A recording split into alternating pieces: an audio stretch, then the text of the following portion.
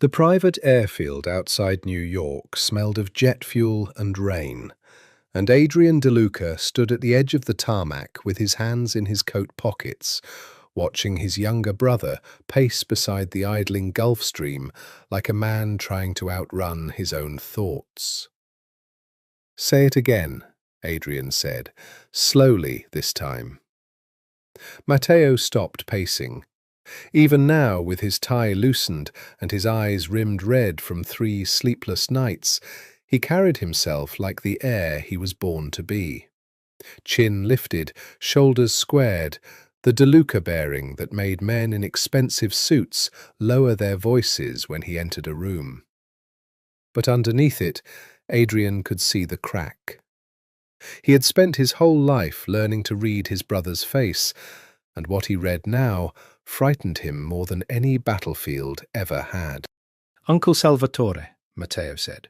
"He's been feeding information to the Moretti family for 2 years. Shipping routes, bank accounts, the names of every man we have inside the Palermo docks. He sold us out, Adrian, and he's still sitting in that villa in Sicily like nothing happened. Like blood means something to him, beyond a price."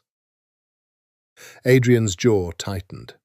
Salvatore had bounced him on his knee when he was 6 years old, had taught Matteo to sail, had stood at their father's funeral with his hand on Adrian's shoulder, whispering that the family would survive because the DeLuca blood always survived. "Then we handle it from here," Adrian said. "You don't need to go to Italy for this." "I do." Matteo's voice cracked, just slightly, just enough. "If I don't go myself, if I don't look him in the eye and let him see that I know, he'll run. And everything Dad built, everything you bled for in Kandahar and Fallujah, so that I could sit behind a desk and pretend I was just a businessman, it collapses. I have to go, Adrian. Tonight." Behind them, 2 of the family's men loaded black cases into the plane's cargo hold, cases that held far more than clothing.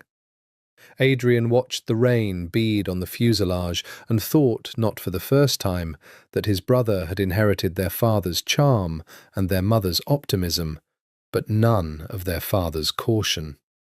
It was Adrian who had inherited that. Adrian, who had spent 20 years training himself to expect the knife before it was drawn. "What about the wedding?" Adrian said. It wasn't really a question. Matteo's face changed then, softened, the way it always did at the mention of her. "1 week," he said. "I'll be back in 3 months at the latest. Long before then. I have contingencies in place. Serena knows I might be delayed. She's patient. She's always been patient with me." "And if you're not back in 3 months?" Matteo laughed, but there was no real humour in it. A short, breathless sound, like a man exhaling after nearly being struck by a car. He stepped closer, and Adrian caught the smell of his brother's cologne, the same brand their father had worn, the scent that still made something ache behind Adrian's ribs whenever he caught it on a stranger in an elevator. "If I don't come back," Matteo said, "marry Serena for me." Adrian stared at him. "That's not funny." "I'm not laughing." "Matteo, I mean it, Adrian." Matteo gripped his brother's forearm, the way he used to when they were boys and Adrian was leaving for another deployment, another 6 months of silence and prayers whispered into cheap motel pillows. "She deserves someone who will guard her with everything he has. I trust exactly 1 man on this earth to do that if I can't. It's you. It's always been you." "You're coming back," Adrian said, low and hard, the voice he used on men who needed to believe him. "You're going to Sicily. You're going to deal with Salvatore, and you're going to come home and marry that girl yourself. I'm not having this conversation." But Matteo only smiled. That same easy, luminous smile that had disarmed senators and priests and their own mother on her worst days, and clapped Adrian once on the shoulder before turning toward the jet's stairs. "Protect her," he called back over the wind. "Starting tonight. I already told the men to move her things into your penthouse. She'll be safer with you than anywhere else in this city." "Matteo." But his brother was already climbing the stairs, already lifting a hand in a wave that felt, absurdly, like a farewell rehearsed for a funeral rather than a business trip. The engines roared louder. Adrian stood on the tarmac long after the jet had lifted into the black, rain-soaked sky, his brother's words circling in his skull like something he couldn't yet name. "Marry Serena for me." He told himself it was a joke, the kind of dark humour men in their family use to armour themselves against fear. He told himself Matteo would call within the week, laughing about Salvatore's inevitable confession, already planning the honeymoon he'd delayed twice for business. He did not yet know that in 11 weeks he would remember this exact moment, the smell of jet fuel, the rain on his collar, his brother's hand on his arm, as the last ordinary conversation they would ever have.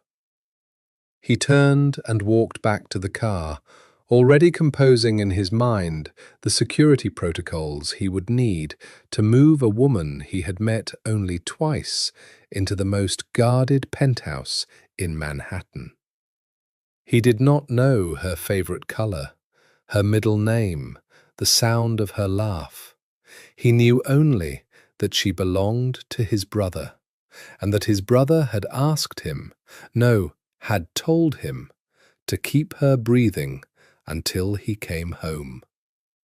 It should have been simple. Duty always had been before her. Serena Ashford had drawn the same building 6 times before she admitted to herself that she was avoiding her own apartment. The architecture firm's offices on the 40th floor of a glass tower in Midtown were empty at 9 at night, save for the hum of the HVAC and the glow of her desk lamp over a half-finished rendering of a boutique hotel in the Hudson Valley. She liked the quiet. She liked the way a building could be reduced to lines and load-bearing calculations, could be made to make sense in a way that people so rarely did. Her phone buzzed. Matteo. "Landed in Rome. Will call tomorrow. Miss you already. M." She typed back a heart, then deleted it, then typed it again and sent it before she could second-guess the gesture one more time. 3 years of engagement to Matteo De Luca had taught her that affection, even performed affection, was a currency she owed him. Not out of obligation, exactly. Out of something more complicated, a debt she had never quite been able to name, though it had a very specific date attached to it. 4 years ago, her father had collapsed in his restaurant kitchen in Bensonhurst, his heart stopping twice on the way to the hospital, and by the time the ambulance arrived, the surgeon on call had already gone home for the night. It was Matteo De Luca, a family friend of a family friend, a man she had met exactly once at a charity gala, who had made 3 phone calls and gotten the city's best cardiac surgeon out of bed and into an operating room within 40 minutes. Her father lived. Matteo never once mentioned the favour again, not in 3 years, not even the night he proposed, kneeling in the same restaurant kitchen where her father had nearly died, surrounded by candles and the smell of garlic and rosemary. She had said yes because saying no had felt, at the time, like a kind of theft. He had given her father back to her. What was a life measured against that?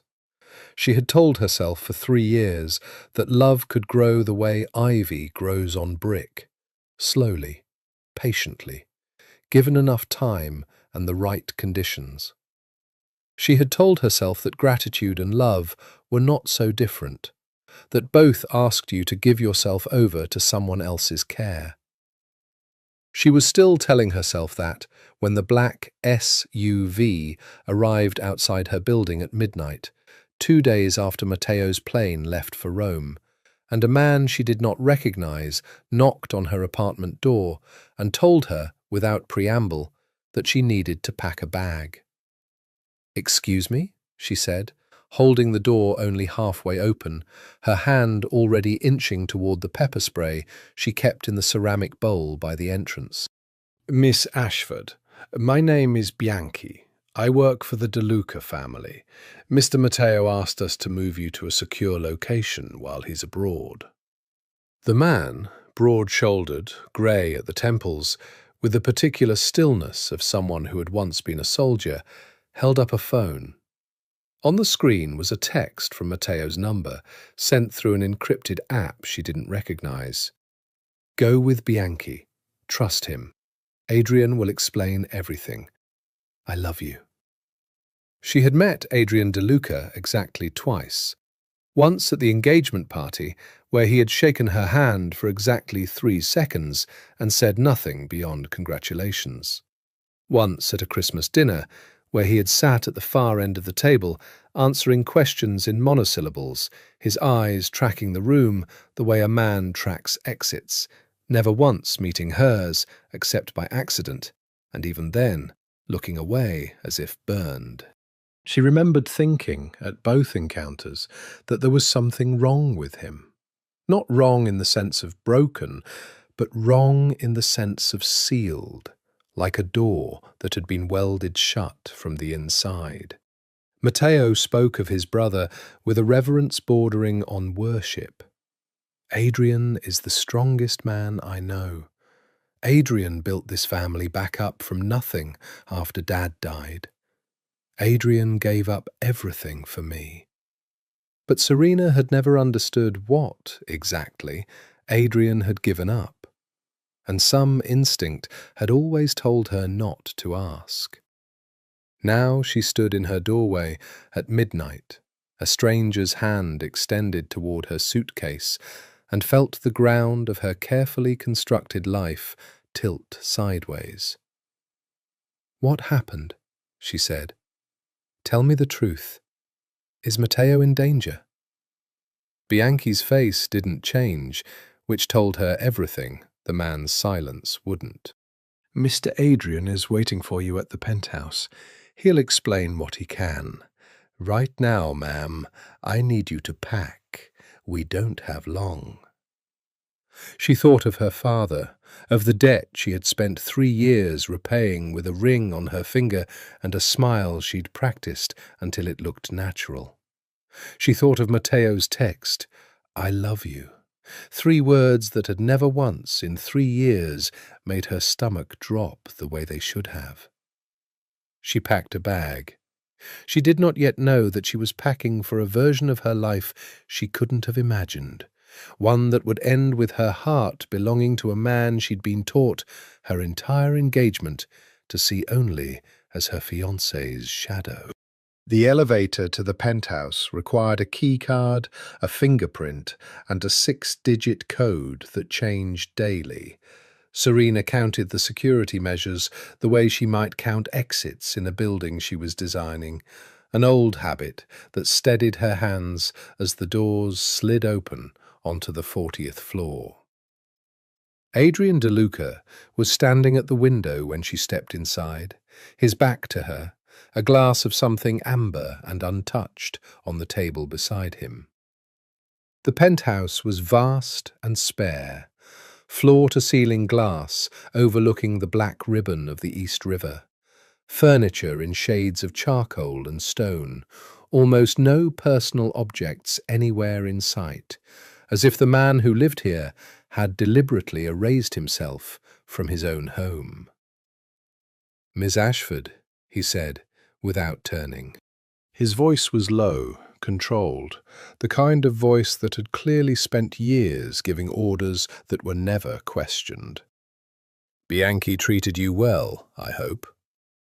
He didn't tell me anything, she said, which I assume was the plan.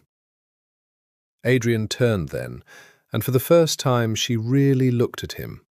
Not the polite, distracted glance of a holiday dinner, but a full accounting. He was taller than Matteo, broader through the shoulders, with dark hair cropped close, and a face that might have been called handsome if it weren't so carefully, deliberately blank. A scar ran along his jaw, thin and pale, the kind of mark left by something sharp and fast. His eyes were the same near black as Matteo's, but where Matteo's eyes danced and invited, Adrian's simply watched, unreadable as a locked door. "Sit down," he said. "I'll tell you what I can." She did not sit. "I'd rather stand."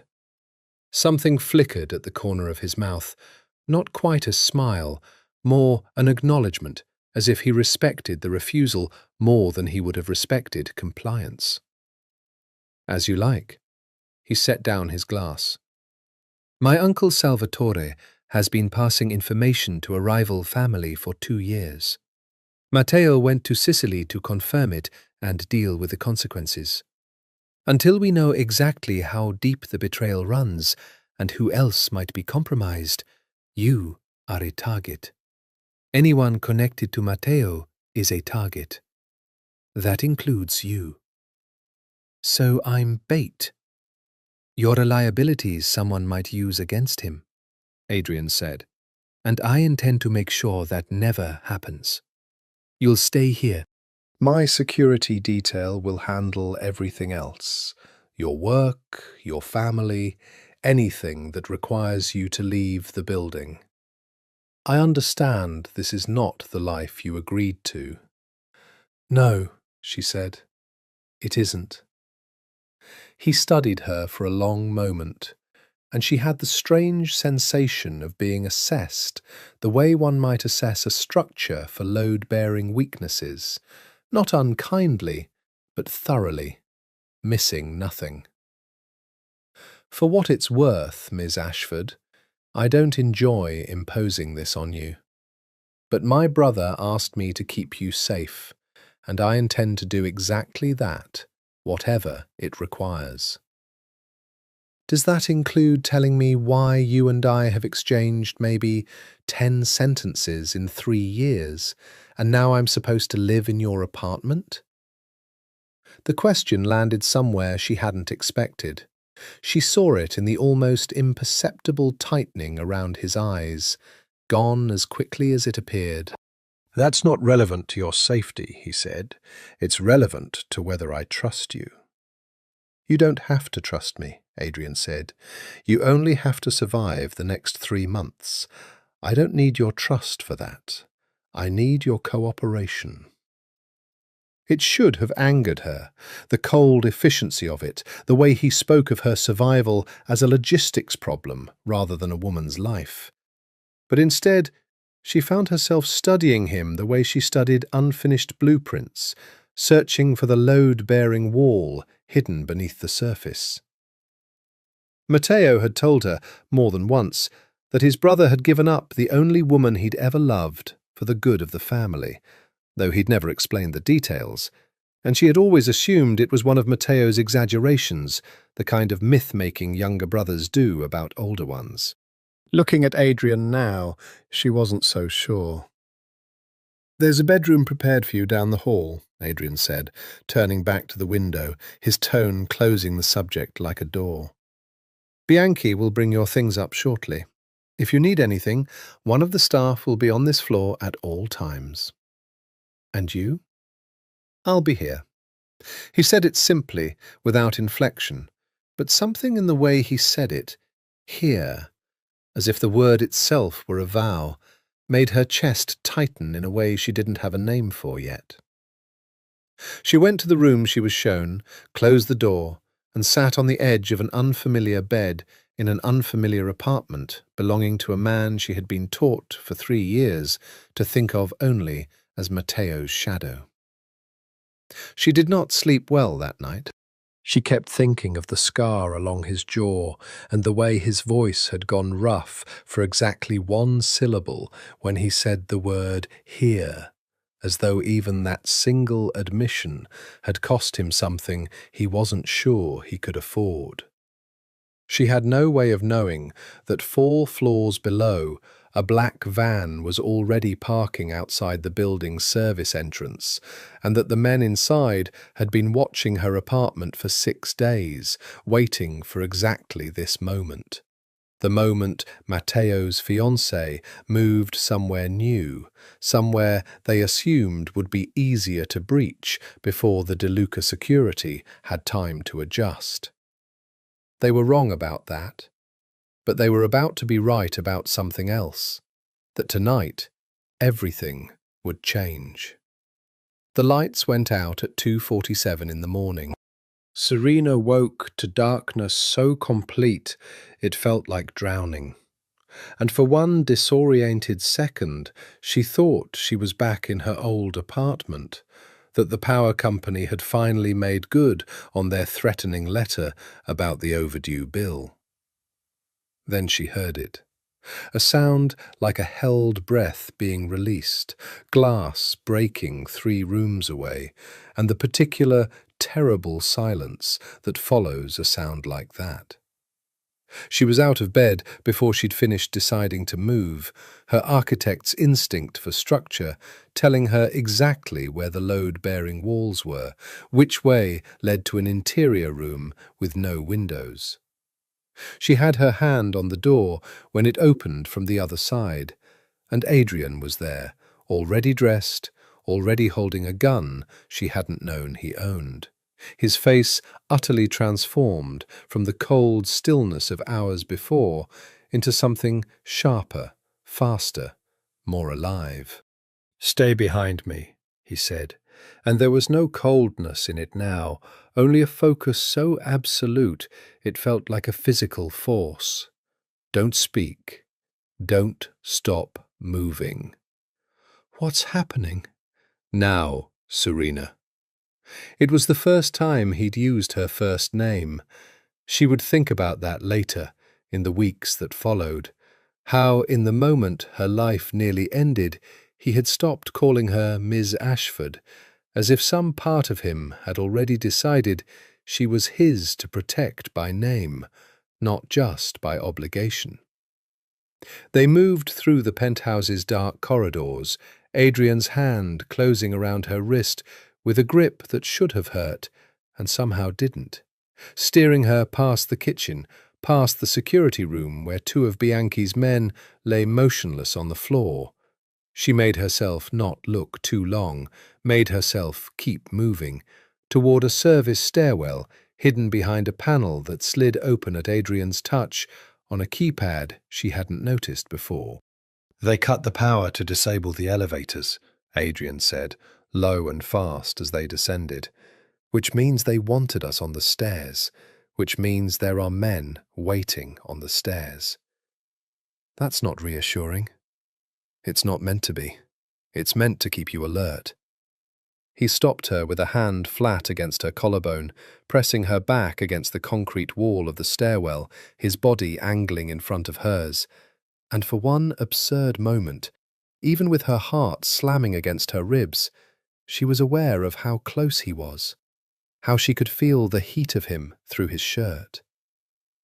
2 men rounded the landing below them, black-clad, weapons raised, and Adrian moved before she even registered them as a threat, a controlled, brutal economy of motion that ended with both men on the ground in under 4 seconds, and Adrian's breath barely changed, his eyes already scanning the next landing before the second man had finished falling. "Move," he said. And she moved, because some ancient animal part of her brain had already decided this man would keep her alive, whatever the cost to himself. They made it 3 more floors before the third man found them, this one faster, smarter, already firing before Adrian could get a clean shot, and Serena felt the bullet's passage as a hot line of air beside her cheek before she understood what it was. Adrian's arm came around her, hauling her down and sideways in the same motion he used to put himself bodily between her and the gunfire, and she felt the impact of the second shot land against his shoulder with a sound she would hear in her dreams for months afterward, a wet, terrible thud, followed by his breath catching, sharp and involuntary, the only sign of pain he allowed himself. "Adrian, I'm fine." He wasn't. She could see the dark bloom spreading across his shirt, even in the emergency lighting, but he fired twice more, and the third man went down. And then there was only silence, and the sound of both of them breathing. "You're shot," she said, her voice cracking on the second word. "It's not deep." He straightened, wincing in a way he clearly hadn't meant to let her see, and pulled his phone from his jacket with his uninjured hand, already speaking into it in rapid, clipped Italian she couldn't follow.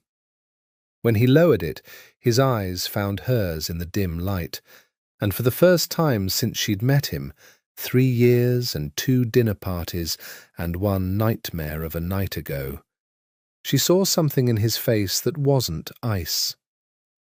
It was fear. Not for himself. For her.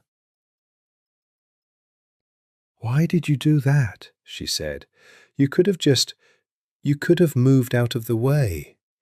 "No," Adrian said simply, as if the question itself made no sense to him. "I couldn't." She didn't understand yet what those 2 words would come to mean. She only knew that as he led her the rest of the way down the stairwell, his uninjured arm still angled protectively in front of her, something in her chest had shifted a 1/4 inch off its foundation, and she suspected, with the same certainty an architect feels when she notices the first hairline crack in a wall that will, eventually, bring the whole structure down, that it was never going to shift back. They took her to a private clinic 2 hours outside the city, one of the black SUVs, Bianchi's replacement, a quiet, efficient woman named Costa, had waiting in an underground garage 3 blocks from the penthouse. And it wasn't until Adrian was lying on a treatment table, a doctor probing at the bullet wound in his shoulder with methodical calm, that Serena allowed herself to shake. "You should sit down," the doctor said to her, not unkindly, and she realized she'd been standing in the doorway of the treatment room for several minutes, her arms wrapped around herself, watching blood, his blood, soak through gauze faster than the doctor could replace it. "Is he going to be all right?" The bullet went through soft tissue, missed the artery by about a centimetre. The doctor glanced at Adrian, who lay perfectly still, his jaw tight, refusing the sedative he'd been offered twice. "He's lucky, or very good at getting shot in places that don't kill him. I understand this isn't his first time." "It's not," Adrian said, through his teeth, and Serena heard, for the first time, something almost like dry humour in his voice. She sat, finally, in the plastic chair against the wall and watched the doctor work, and thought about how strange it was that 4 hours ago she had considered this man a stranger, a cold extension of the family she'd married into out of gratitude rather than love, and now she couldn't seem to look away from the steady rise and fall of his chest, reassuring herself with every breath that he was still here, still breathing, still alive, because he had put his own body between her and a bullet, without a single second of hesitation. "You didn't answer my question," she said, once the doctor had stepped out to prepare the sutures. "Why did you do it, really?" Adrian was quiet for a long moment, staring at the ceiling, and when he spoke, his voice had lost the clipped efficiency she'd come to associate with him. "Matteo asked me to protect you. I don't do things by half measures." "That's not an answer. That's a job description." His eyes moved to hers then, and something in them, some old, buried thing, made her breath catch in a way that had nothing to do with the danger of the night. "I don't know how to explain it in a way that will make sense to you," he said, "except to say that when that man raised his weapon, I didn't think about my brother. I didn't think about duty, or the family, or any of the things I'm supposed to think about. I thought only that I could not let anything happen to you. And then I stopped thinking at all." The clinic room was silent except for the hum of fluorescent lights and the distant sound of the doctor's footsteps in the hall. Serena felt something in her chest crack open, not violently, but the way ice cracks on a lake in early spring. Quiet, inevitable, impossible to undo once it's begun. "I don't understand you," she said softly. "Matteo talks about you like you're a myth, like you're made of steel. He's never once mentioned that you—" She stopped, unsure how to finish the sentence, unsure if she had any right to finish it at all, given whose fiancée she was. "That I what?" "That you're capable of saying something like that." Something shifted in Adrian's face, a flicker of old pain quickly suppressed, the way a man might suppress a wince from an old wound aggravated by cold weather. "There was someone once," he said, and his voice had gone very quiet, very careful, "who I would have said something like that to, a long time ago. I gave that up for the family. For Matteo, in part. It's not a story I tell. Will you tell it to me?" He looked at her, really looked, in a way that made her feel, absurdly, as though she were standing at the edge of something enormous and could either step back or step forward, and there would be no third option, no safe middle ground. "Not tonight," he said finally. "Tonight you should sleep. Tomorrow we leave the country. It won't be safe here again for a long time." She wanted to press him. Some new, unfamiliar hunger in her wanted to know everything about this man. The woman he'd given up, the scar on his jaw, the 15 years of silence Matteo always alluded to but never explained. But the doctor returned then, needle and thread in hand, and Serena watched Adrian's face go carefully blank again as the suturing began.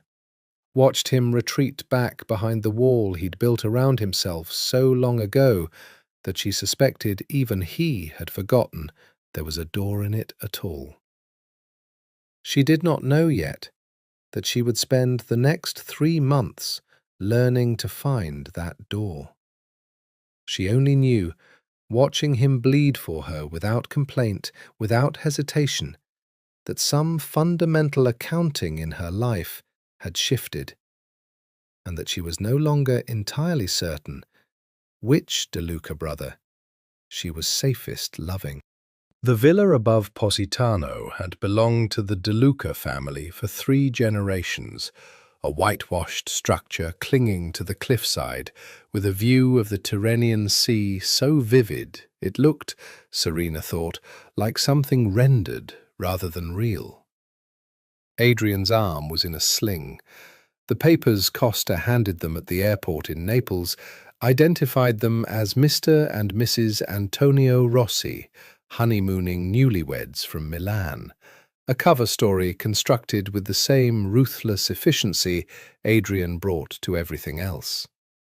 "We'll need to behave like a married couple in public," Adrian said, once they'd been shown to the villa's east wing, his voice flat and businesslike, in a way that made the words sound like a tactical briefing rather than an intimacy. Staff, neighbours, anyone who might be watching. Convincingly. That means physical affection when observed, nothing you're not comfortable with. And when we're not observed? Then we're exactly what we are. 2 people keeping each other alive until my brother comes home." She told herself that was fine. That was, in fact, precisely what she wanted. A clean, professional arrangement, free of the complicated ache that had settled in her chest since the stairwell, since the clinic, since she'd watched him bleed and lie perfectly still and tell her, in that low, careful voice, that he hadn't been able to let anything happen to her. The villa had 2 bedrooms in the east wing, connected by a shared sitting room.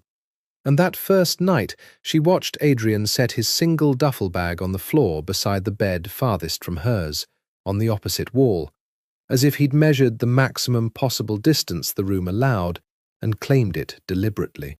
"You don't have to sleep over there," she said, immediately regretting how it sounded, too forward, too much like an invitation she hadn't meant to extend. Not really. Except that some traitorous part of her had meant it exactly that way. "I do," Adrian said, without looking at her, and something in his tone told her the subject was closed, though not, she thought, because he was indifferent. Because he wasn't. Over the following days, she learned the shape of him the way she learned the shape of a building she was tasked with renovating, slowly, respectfully, alert to the load-bearing elements that couldn't be moved without the whole structure collapsing. He woke before dawn and ran the cliffside path with a discipline that bordered on penance.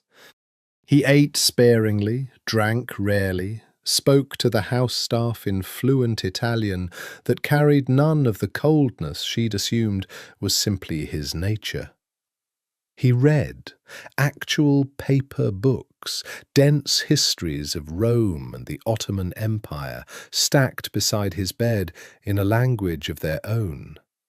And once, when she asked what he was reading, he'd looked almost embarrassed, as if being caught at something private.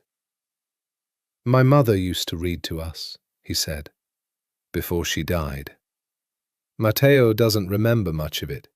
He was young. I remember all of it." "What happened to her?" "Cancer. I was 17. Matteo was 10.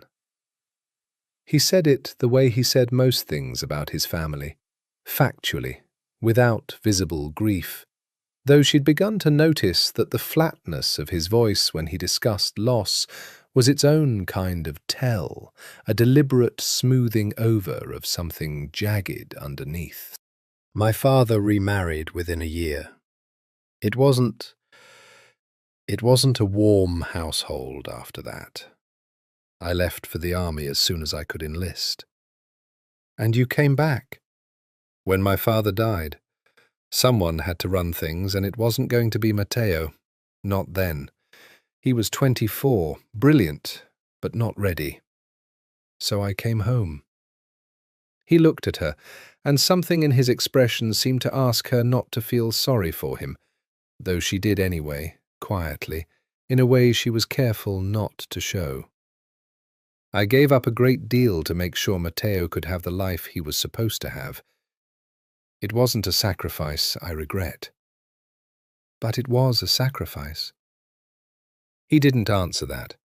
He simply looked out at the sea, his jaw set, and Serena understood, watching him, that she had just been handed the first real piece of a man no one in his own family seemed to fully know, and that she wanted, with an intensity that frightened her, to be handed the rest. That night, cooking dinner in the villa's vast kitchen because the staff had been given the evening off for their own safety, she made her grandmother's recipe for cacio e pepe. And when Adrian appeared in the doorway, drawn by the smell, and saw her at the stove with flour on her hands and her hair falling loose from its knot, something happened to his face that she would spend weeks trying to name. He smiled. It wasn't large. It wasn't even, by most standards, remarkable, but it transformed him utterly, softened every hard line, made him look, for one unguarded second, like a much younger man who had once believed the world might be kind to him. "What?" she said, oddly breathless. "Nothing," Adrian said, and the smile faded, but not entirely, not all the way. "It's been a long time since anyone cooked for me in this house." She did not tell him that watching him smile had done something to her chest that felt dangerously close to the thing she was supposed to feel for his brother and had never quite managed to. She only handed him a plate and watched him eat, and told herself that this, whatever this was becoming, was simply gratitude, simply the strange intimacy of shared danger, and nothing she needed to examine too closely. She was, she would later admit, lying to herself rather beautifully. The storm hit the Amalfi coast on their 9th night at the villa, knocking out power across the entire hillside, and Serena found herself sitting on the stone floor before the living room's enormous fireplace, wrapped in a blanket, watching Adrian coax a fire to life with the patient competence of a man who had built fires in worse conditions than this. "Special Forces trains you for everything except small talk," he said, when she asked how he'd learned to do it so well. "I spent 4 years in places with no electricity and less water. A fireplace in a villa is practically decadent." "Tell me about it. Not the fireplace. The 4 years." He sat back on his heels, watching the flames catch, and for a long moment she thought he wouldn't answer, that she'd pushed against a wall that genuinely wouldn't move. Then, slowly, he began to talk, and she understood that this, too, was something rare. A door opening that had been closed to almost everyone for a very long time. He told her about Afghanistan, about the particular cold of mountain nights, about men he'd served with who hadn't come home, spoken of with a grief so carefully contained it made her want to reach for his hand. He told her about the scar on his jaw, shrapnel, a roadside device outside Kandahar, 4 inches from taking his eye. He told her, haltingly, about the woman he'd loved before all of this, a nurse named Elena he'd met during his 2nd deployment, how he'd planned to marry her when his enlistment ended, how his father's sudden death and the chaos that followed, Matteo too young, too unprepared, rivals circling the family like sharks scenting blood, had forced him to choose between the woman he loved and the brother who needed him. "I told her I couldn't marry her," Adrian said, staring into the fire. "I told her the family needed all of me, that there wasn't room left over for a wife, for children, for any of the things she wanted. It wasn't entirely a lie, but it wasn't the whole truth either. The whole truth was that I was afraid, that if I let myself have something that soft, that good, I'd become someone who couldn't do what needed to be done to keep Matteo alive. I made myself into something hard enough to survive what came next. There wasn't room in that for her." "Do you regret it?" "Every day for the first 5 years. Less now. It becomes not easier, but quieter, like an old wound that only aches in certain weather." He glanced at her, firelight catching the sharp planes of his face, and something in his gaze made her feel, absurdly, as if the weather had just changed. "I haven't told anyone that story in 15 years. Why me?" "I don't know," he said, quiet and honest, in a way that undid her more than any declaration could have. "I've been asking myself the same question since the stairwell." The fire popped and settled. Outside, the storm battered the villa's shutters, and somewhere beyond the black windows, the sea churned against the cliffs, and Serena felt the strange, vertiginous sensation of a life reorganizing itself around a single evening, a single conversation, a single man's carefully guarded grief laid open in front of a fire he'd built with his own hands. "Tell me about your father," Adrian said, turning the question back to her. And she found herself talking about Bensonhurst, about the restaurant, about growing up above a kitchen that smelled of garlic and tomatoes and her mother's laughter, about the night her father's heart stopped and the terror of nearly losing the only parent she had left, about Matteo's 3 phone calls that had bought her father 4 more years of life. "You don't love him," Adrian said. It wasn't a question, and it wasn't cruel. It was simply an observation, gentle and devastating in its accuracy. She almost denied it. The habit of 3 years rose in her throat. The practiced defense she'd give anyone who dared suggest her engagement was built on anything but genuine affection. But something about the fire, the storm, the way Adrian had just handed her his own most guarded truth, made lying feel obscene. "I love him the way you love a rescue," she said finally. "The way you'd love anyone who pulled you out of a burning building. I've spent 3 years trying to convince myself that gratitude could grow into something else, if I just gave it enough time." "Has it?" She looked at him then, really looked, the firelight catching the scar along his jaw, the careful stillness of his hands, the way his eyes hadn't left her face since she'd started talking, and felt the answer rise up in her chest with a clarity that terrified her. "I don't know any more," she said, which was, she realized even as she said it, its own kind of lie. She knew. She had known since the stairwell.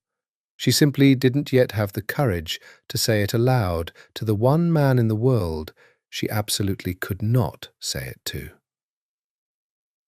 Adrian looked away first, back to the fire, his jaw tight with the particular discipline of a man refusing to let himself want something he had no right to want. "You should sleep," he said. "The storm will pass by morning." She did not sleep. Not for a long time.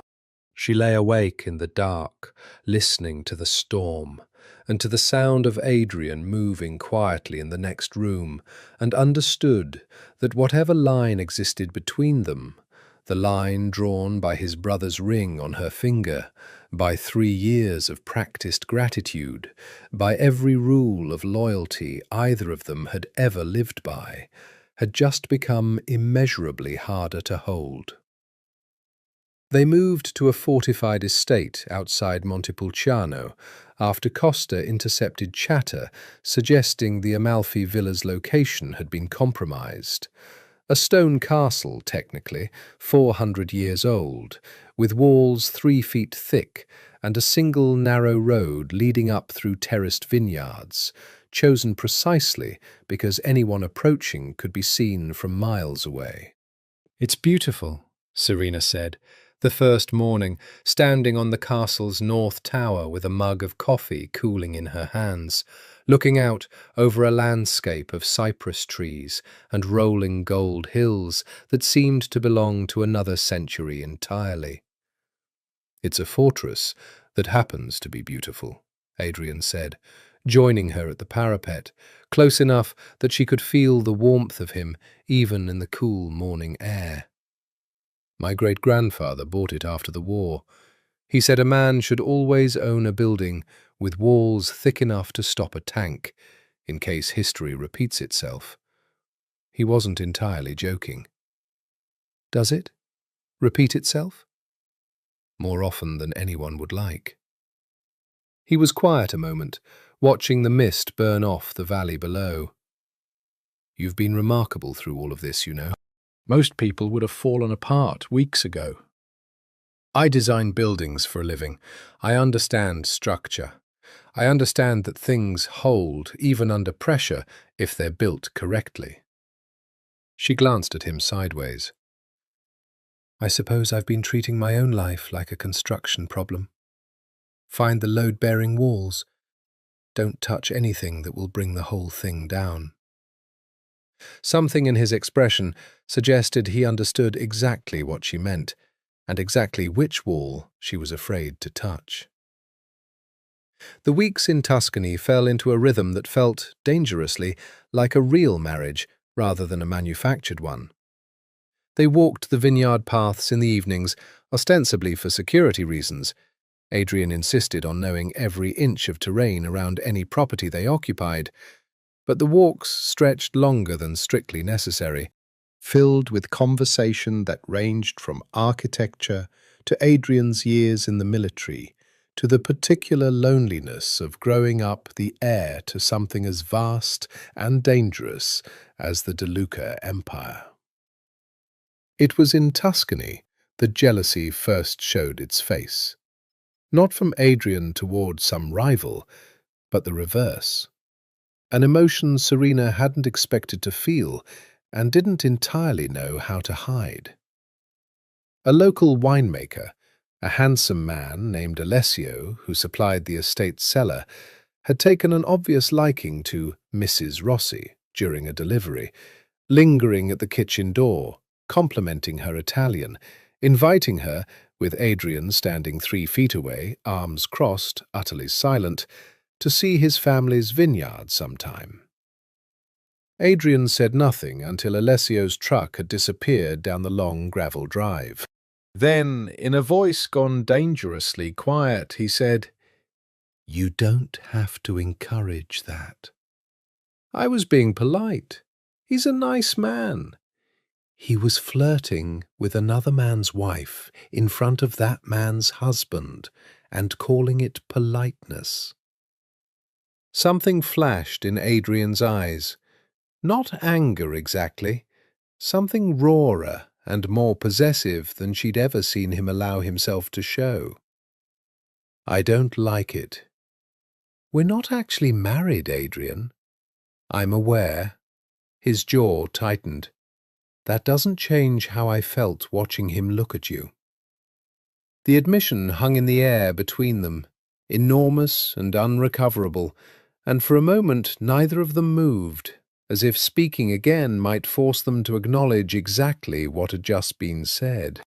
Then Adrian turned and walked back into the castle, and Serena stood alone in the courtyard, her heart hammering, replaying his words, "That doesn't change how I felt," until she'd committed every syllable to memory. That night, over dinner in the castle's cavernous dining hall, neither of them mentioned Alessio, but something had shifted, some careful equilibrium disturbed. Adrian watched her across the candle-lit table with an intensity he no longer bothered to fully hide, and Serena found herself unable to look away, unable to summon the discipline that had gotten her through 3 years of a passionless engagement. "Can I ask you something?" she said, finally, when the silence had stretched past comfortable. "Anything." "Well, if Matteo hadn't asked you to protect me, if we'd simply met at some party, 2 strangers with no history between us, do you think you would have looked at me twice?" Adrian set down his glass, and the look he gave her then was unguarded in a way she hadn't yet seen from him, stripped of every careful wall he'd spent 15 years constructing. "Serena," he said quietly, "I would have crossed the room." She did not sleep in her own bed that night. Not because anything happened between them. Nothing did, not yet.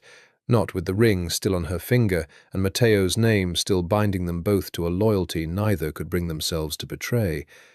But because she lay awake for hours, replaying his words, understanding with growing dread and growing hope that she had fallen in love with the wrong brother, and that there was no version of the coming months that would let her escape that truth unscathed.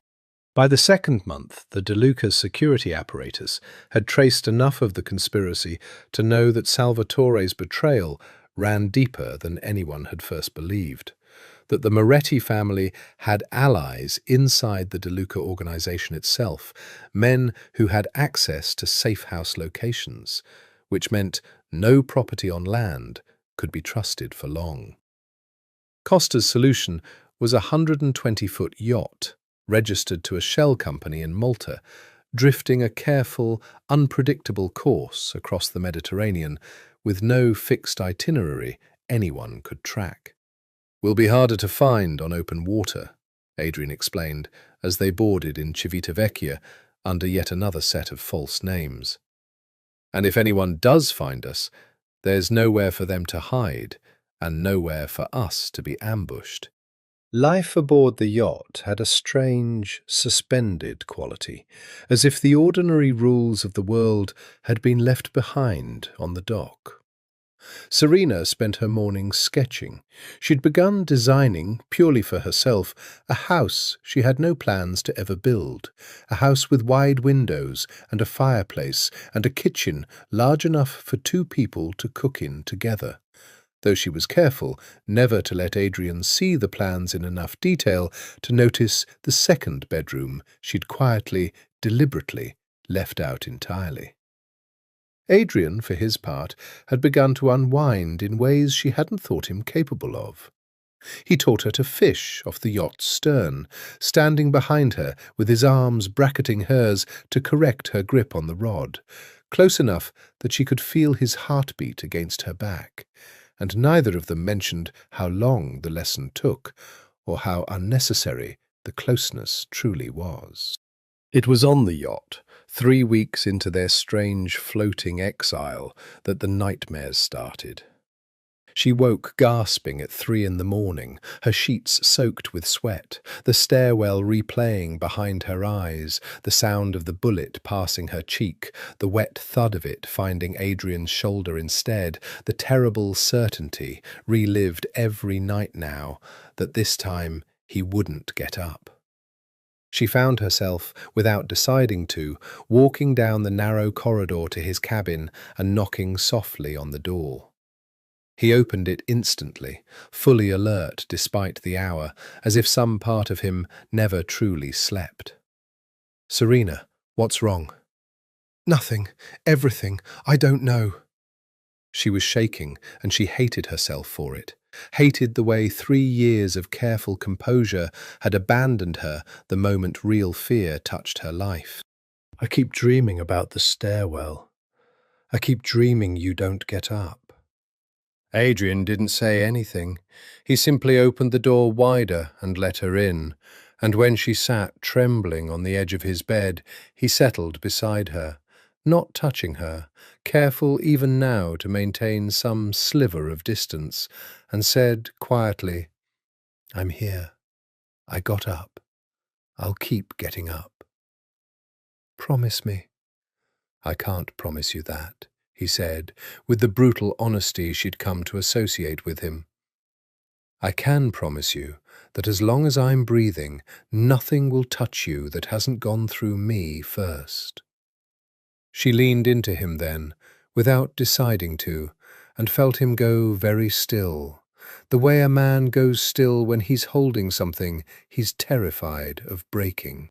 His arm came around her slowly, carefully, and she felt the warmth of him seep into her shaking shoulders, and somewhere in the dark quiet of that cabin, rocked gently by the black Mediterranean, she fell asleep against his chest for the first time.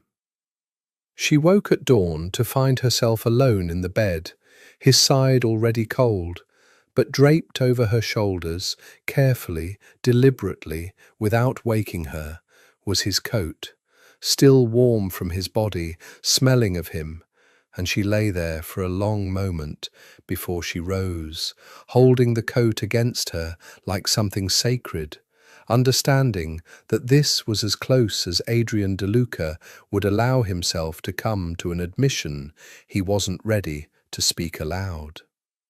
She found him on deck an hour later, watching the sunrise with a mug of coffee he hadn't touched, and when she approached, he didn't turn, though she saw his shoulders tense at the sound of her footsteps. "Thank you," she said. for the coat. You were cold. That's not why you did it. He turned then, and the look on his face, raw, unguarded, exhausted from a night of watching her sleep and not touching her, the way every instinct he owned was clearly screaming at him to do, told her everything his careful words never would. "Serena," he said, low and rough, "I need you to understand something. I have not let myself want anything for 15 years. Not like this, not the way I want you, and I am doing everything in my power not to become a man who takes what belongs to his own brother. I'm not a possession, Adrian. I'm not something that belongs to anyone." "No," he agreed quietly, "but you are someone I love, and I am not the man who has any right to say that to you." The words hung between them over the churning wake of the yacht, the sun climbing gold and merciless over the water, and Serena understood, with the particular clarity that only comes from staring directly at the thing you've spent weeks refusing to name, that she loved him too, had loved him, perhaps, since the stairwell, since the bullet, since the first unguarded smile in a kitchen that smelled of cacio e pepe, and that neither of them had any idea what to do with a truth that could only end in someone's heart breaking. They did not kiss. It would have been easy, dangerously, achingly easy, in the weeks that followed Adrian's confession on the yacht's deck. There were 100 moments that offered themselves like open doors. The night the yacht anchored off a private cove near Sardinia, and they swam together in water so clear it seemed to hold no boundary between sky and sea, Adrian's hand closing briefly around her waist to steady her against a current, both of them breathless for reasons that had nothing to do with swimming.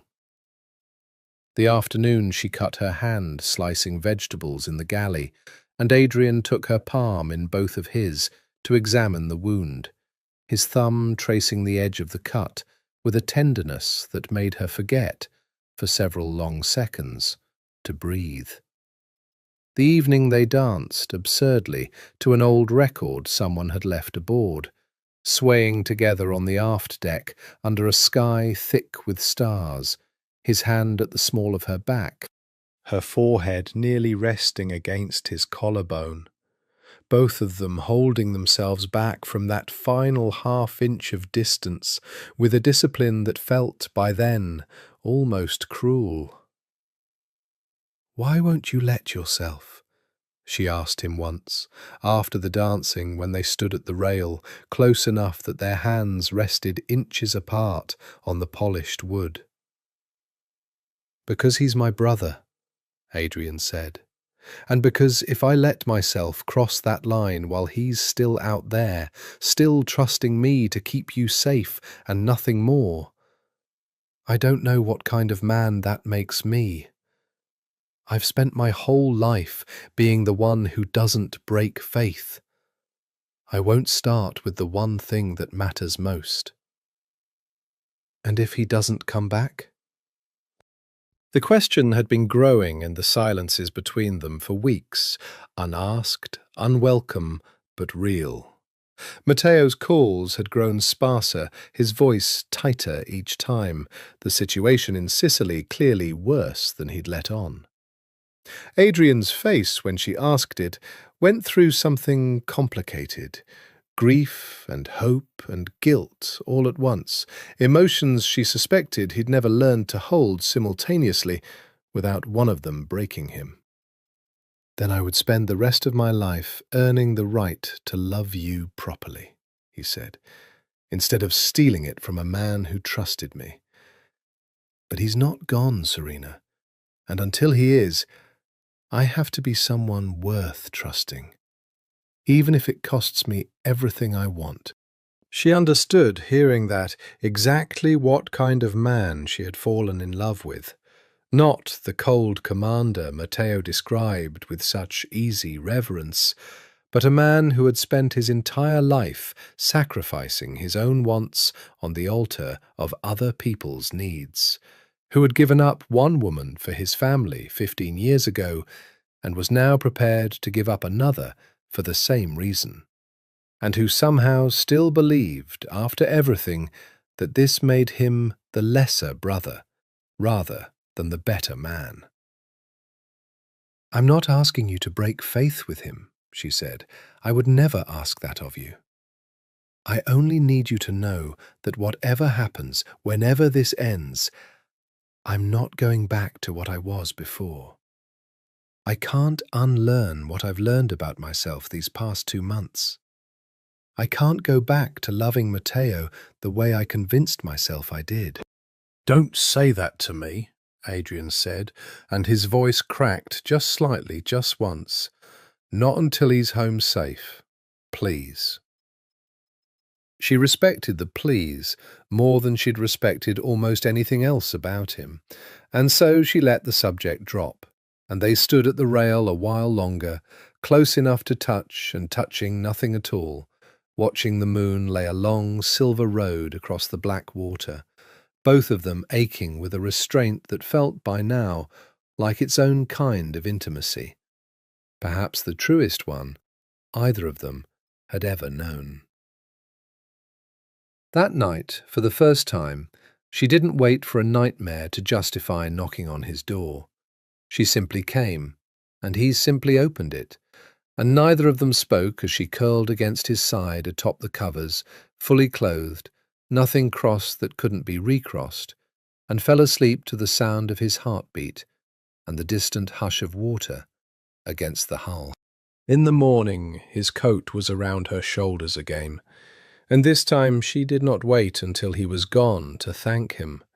She found him already awake, watching her sleep with an expression so naked, so entirely undefended, that she understood, with a certainty that settled into her bones like ballast, that whatever happened next, to Matteo, to the family, to the fragile architecture of loyalty they'd both been so careful to preserve, she and Adrian De Luca had already, irrevocably, fallen.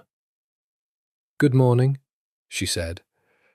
"Good morning," he said, and for one unguarded golden moment, before the walls came back up, before duty reasserted its old claim on his face, he looked like a man who had finally, after 15 years, remembered how to be happy.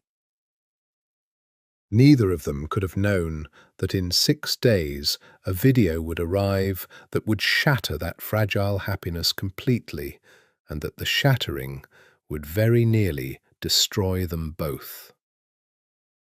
The message arrived at 4:12 in the morning, routed through 6 different encrypted servers before it reached Costa's tablet, and Serena would remember for the rest of her life the sound Adrian made when he watched it. Not a scream, not even a groan, but a low, guttural exhale, the sound of a man's entire structure of self collapsing at once. The footage was grainy, clearly shot from a distance, showing a small private jet, Matteo's jet, the tail number confirmed within minutes by De Luca's own aviation records, banking over a mountain range that analysts would later identify as the Alps near the Swiss-Italian border.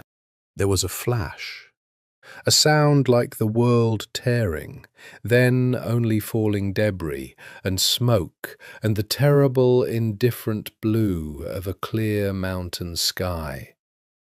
A message accompanied the footage, sent from an untraceable number.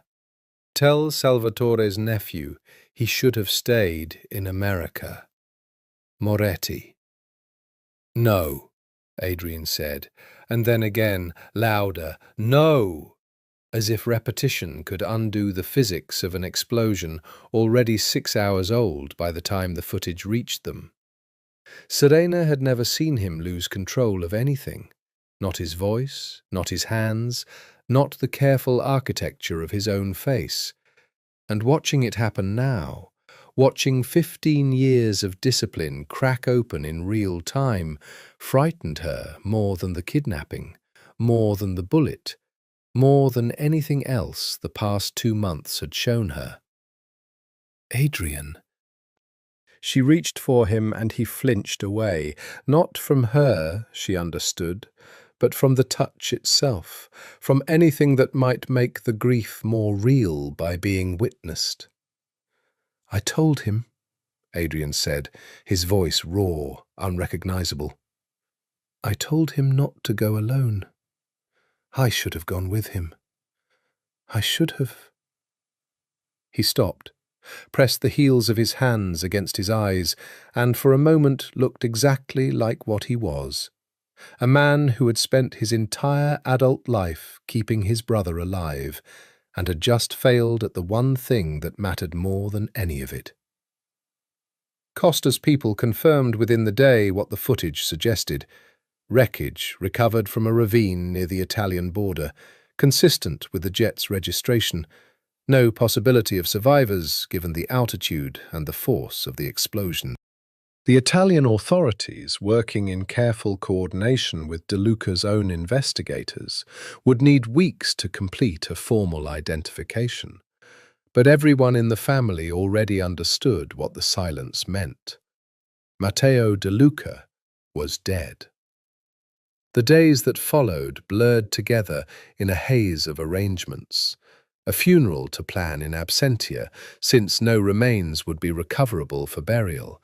De Luca family members flying in from 3 continents, the terrible theatre of grief performed for cameras and rivals alike, since even mourning, in a family like this one, could never entirely escape being also a demonstration of strength.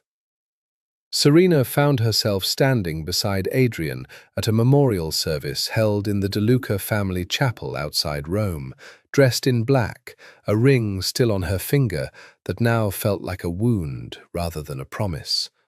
Watching Adrian deliver a eulogy for his brother, in a voice so carefully controlled that only she, who had learned every register of that voice over the past 2 months, could hear how close it came to breaking.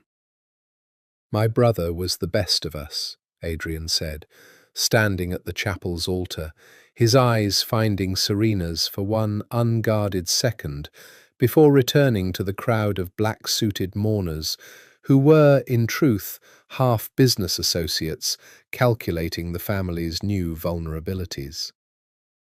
He believed the family could be more than its worst instincts. He believed in things I stopped believing in a long time ago. Love, second chances, the idea that a man could build something good out of something broken. I failed to protect him. I will spend whatever life I have left making sure his faith wasn't wasted. Afterward, in the quiet of the family's Roman townhouse, Serena found Adrian alone in his father's old study, a room he'd avoided for the entire 2 months she'd known him, sitting in the dark with a bottle of scotch he hadn't opened. "He told me to marry you," Adrian said without looking up, "the night he left. I thought he was joking. I've been thinking about it every hour since that video arrived. And I don't know anymore if it was a joke, or if some part of him already knew he might not come back. And he was trying to give both of us, permission for something we'd never have allowed ourselves otherwise." "Adrian?" "I loved him," Adrian said, and his voice broke completely now. The wall gone entirely, 15 years of discipline dissolving into something raw and unbearable. "He was the one good thing I had left, and I lost him the same way I lost everything else, by trying to protect it too carefully, by believing I could control a world that doesn't care what any of us protect." She crossed the room and knelt in front of him, taking his hands in hers, and for the first time in 2 months of careful distance, of unspoken longing, of a line neither of them had dared to cross. She felt no hesitation at all in closing the space between them. "You didn't fail him," she said. "You loved him the only way you knew how. And he asked you, with his last words to you, to take care of the person he loved most in this world. Let me help you carry this, Adrian. Please. Let someone finally help you carry something." He wept then, silently, terribly, the grief of 15 years of self-denial and this newest, sharpest loss breaking over him all at once.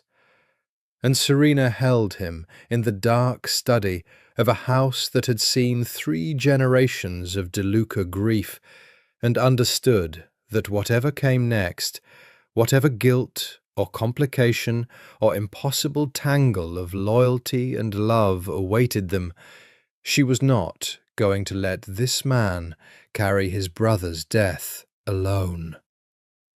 Grief, Serena learned in the weeks that followed, did not move in a straight line. It came in waves that receded just long enough to let you believe you'd survived it, then crashed back with a force that stole your breath entirely.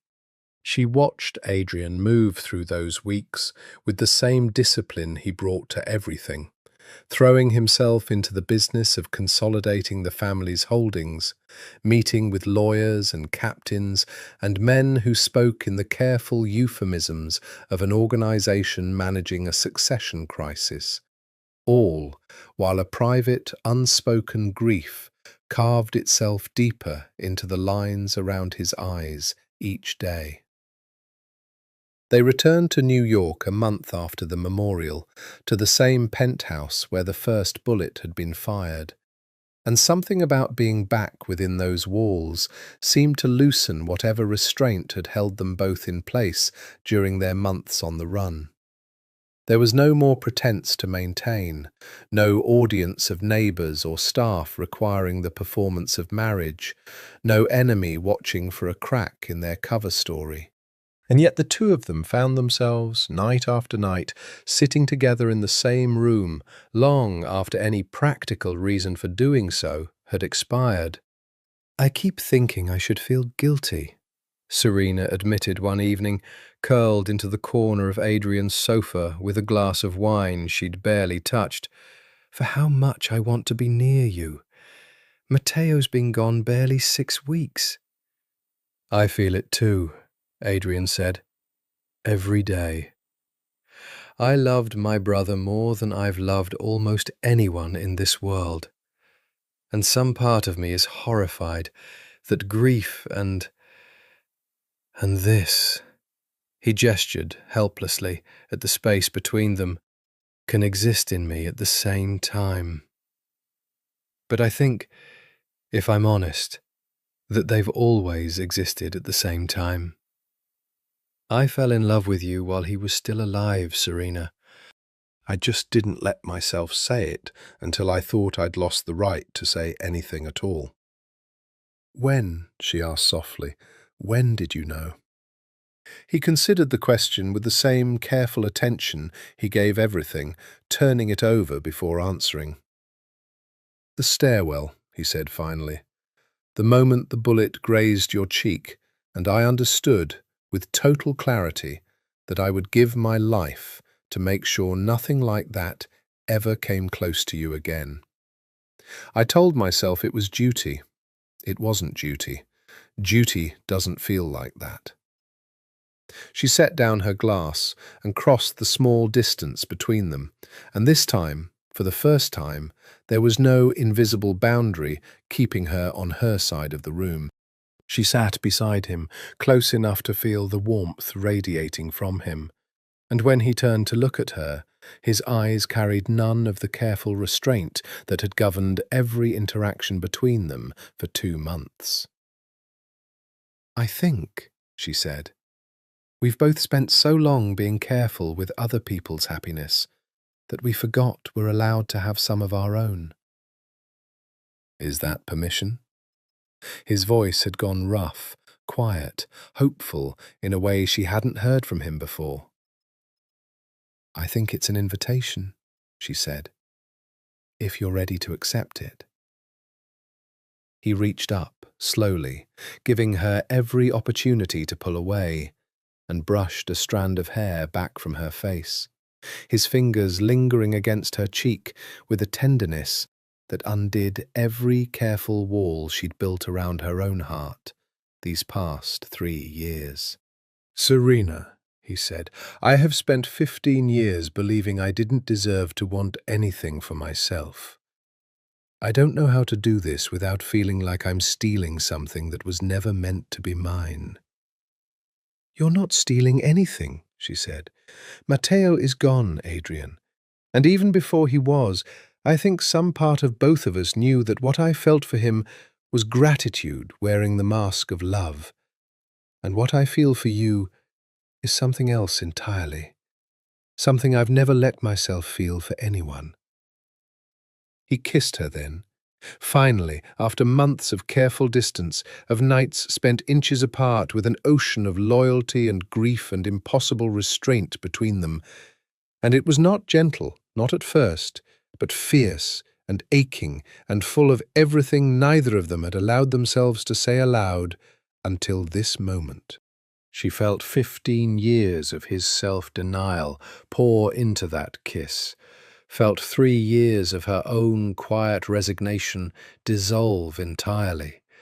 And when they finally broke apart, both of them breathing hard, foreheads pressed together, she understood that whatever guilt either of them carried, this particular truth, was no longer something either of them could deny.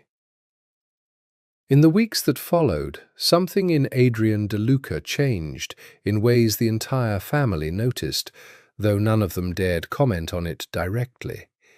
He laughed, actually laughed, a sound Costa later admitted she hadn't heard from him since before his mother died. He came to dinner rather than working through it.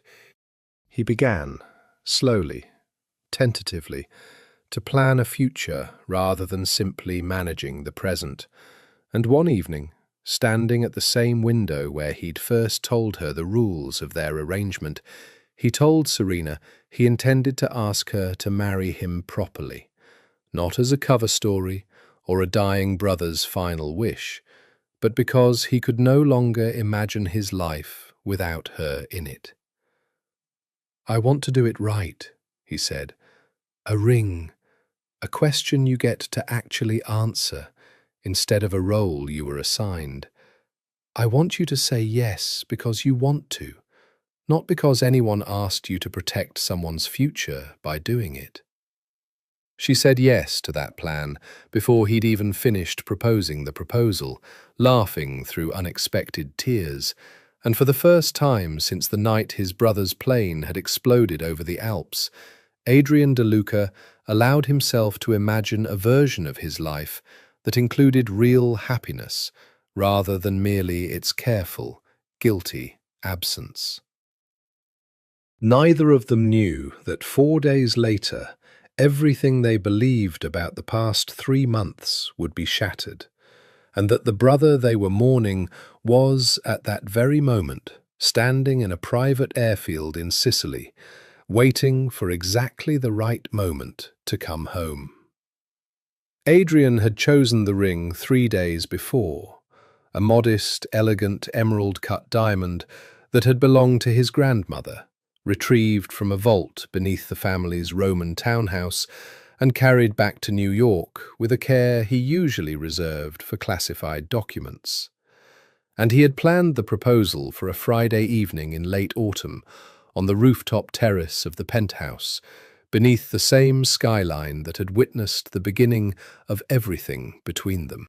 He was rehearsing the words in his study alone when Costa knocked on the door with an expression he had never once seen on her carefully composed face. Not fear, not quite, but something adjacent to it, A professional's controlled shock at a variable no calculation had accounted for. "Sir," she said, "you need to come to the security office, now."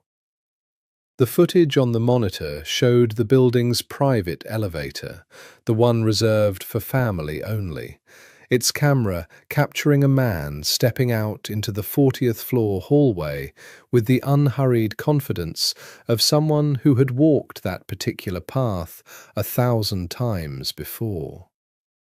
Adrian stood frozen, staring at the screen, his mind refusing for several long seconds to process what his eyes were plainly showing him. Matteo. Thinner than before, a fresh scar along one temple, dressed in clothes that looked borrowed rather than his own, but unmistakably, impossibly, his brother.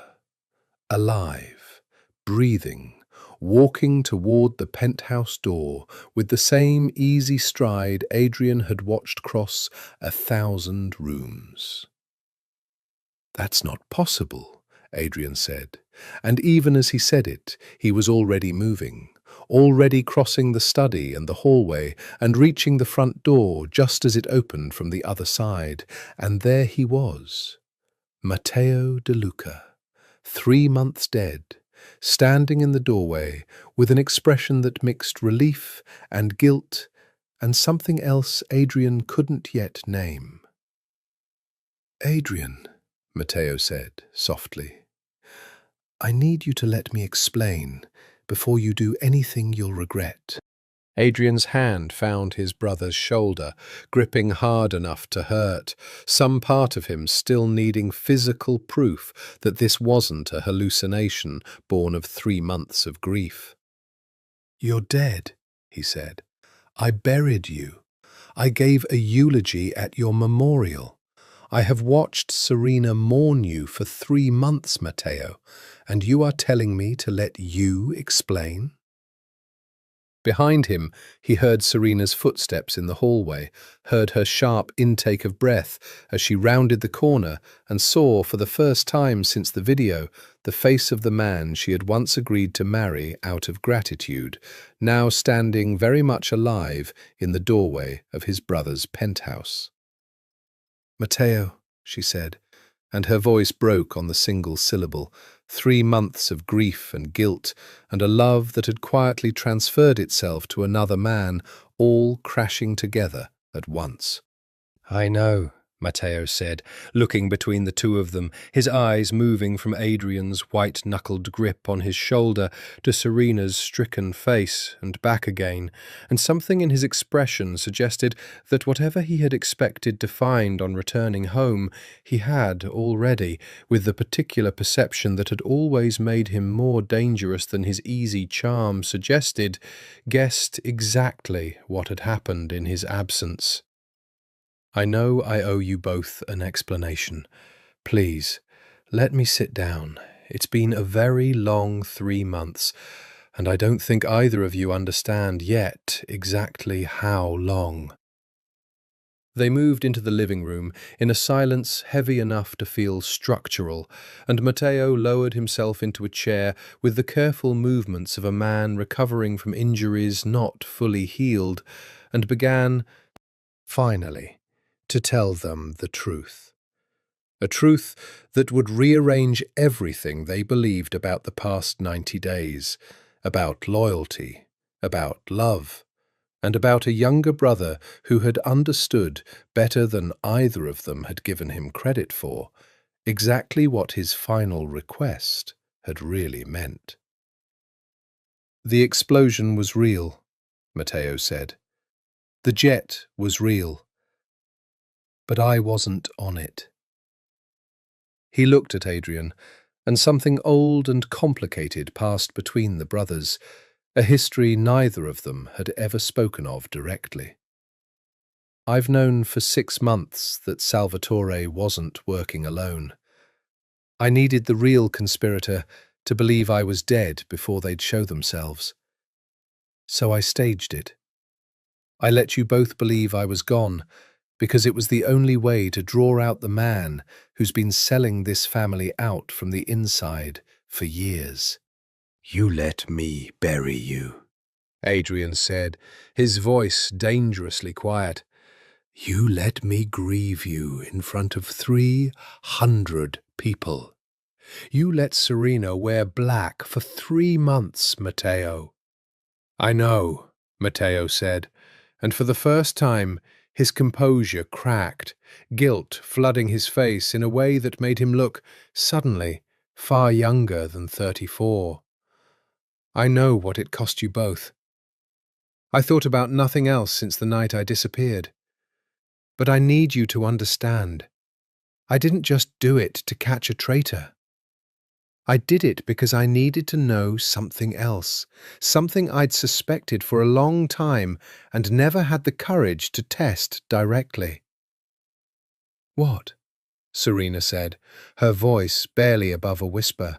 Matteo looked at his brother and then at the woman he had once called his fiancée, and the question he asked next would unravel every careful lie of guilt and loyalty either of them had told themselves over the past 3 months. I need to know, Matteo said quietly, when the two of you fell in love with each other.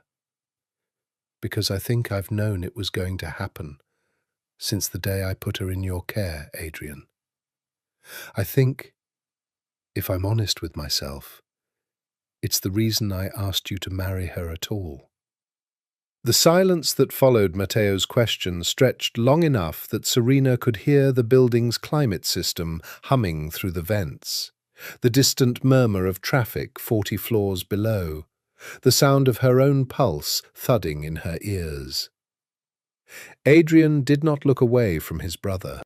Whatever discipline had carried him through 15 years of sacrifice, through a war and a father's death and a mother's slow decline, through every moment he had ever denied himself something he wanted for the sake of someone else, that same discipline held now, steady and unflinching, as he answered the question with the same honesty he had given Serena in a dark study 3 months before.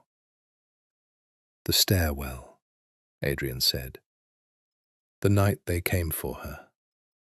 I put myself between her and a bullet, without a single thought for anything else, and in that moment I understood I would have done the same even if you'd never asked me to protect her. I fell in love with her the day you entrusted her to me, Matteo. I didn't let myself say the words until I believed you were gone. But it started that first night. Matteo absorbed this without visible surprise, nodding slowly, his eyes moving to Serena. And you? I don't know if there's a single moment, Serena said, her voice steadier than she'd expected, 3 months of careful honesty with Adrian having stripped away whatever practiced evasions she might once have offered. I think I started falling the moment he stepped in front of that bullet, and I kept falling every day after that. Every fireplace, every fire he built with his own hands, every story he told me about a life he thought he had to give up entirely to protect this family. I never loved you the way you deserved, Matteo. I loved you the way you loved someone who saved your father's life. I think some part of me always knew the difference, and never had the courage to say it, because saying it felt like a betrayal of the debt I thought I owed you. Matteo was quiet for a long moment, and when he finally spoke, there were tears in his eyes.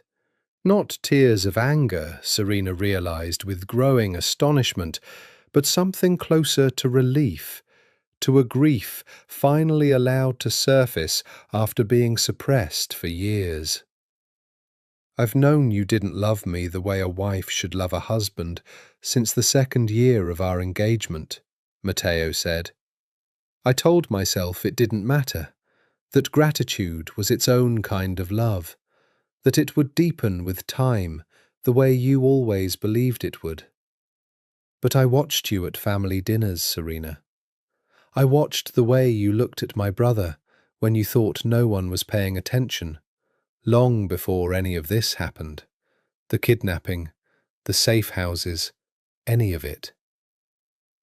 I think I've known, on some level, since before I ever proposed to you, that the two of you belonged together, and that I was standing in the way of something neither of you would ever let yourselves reach for while I was still in the picture. Matteo, Adrian started, but his brother held up a hand, silencing him with the same quiet authority Adrian himself so often used. Let me finish, Matteo said, because this matters more than either of you understand yet. He looked at his brother, and the smile that broke across his face was extraordinary, luminous and sad, and entirely without bitterness. The smile of a man setting down a weight he had carried for years without ever admitting its true shape. When I asked you to marry Serena if I didn't come back, I wasn't joking. And I wasn't simply asking you to protect her out of duty. I meant it as a gift, Adrian.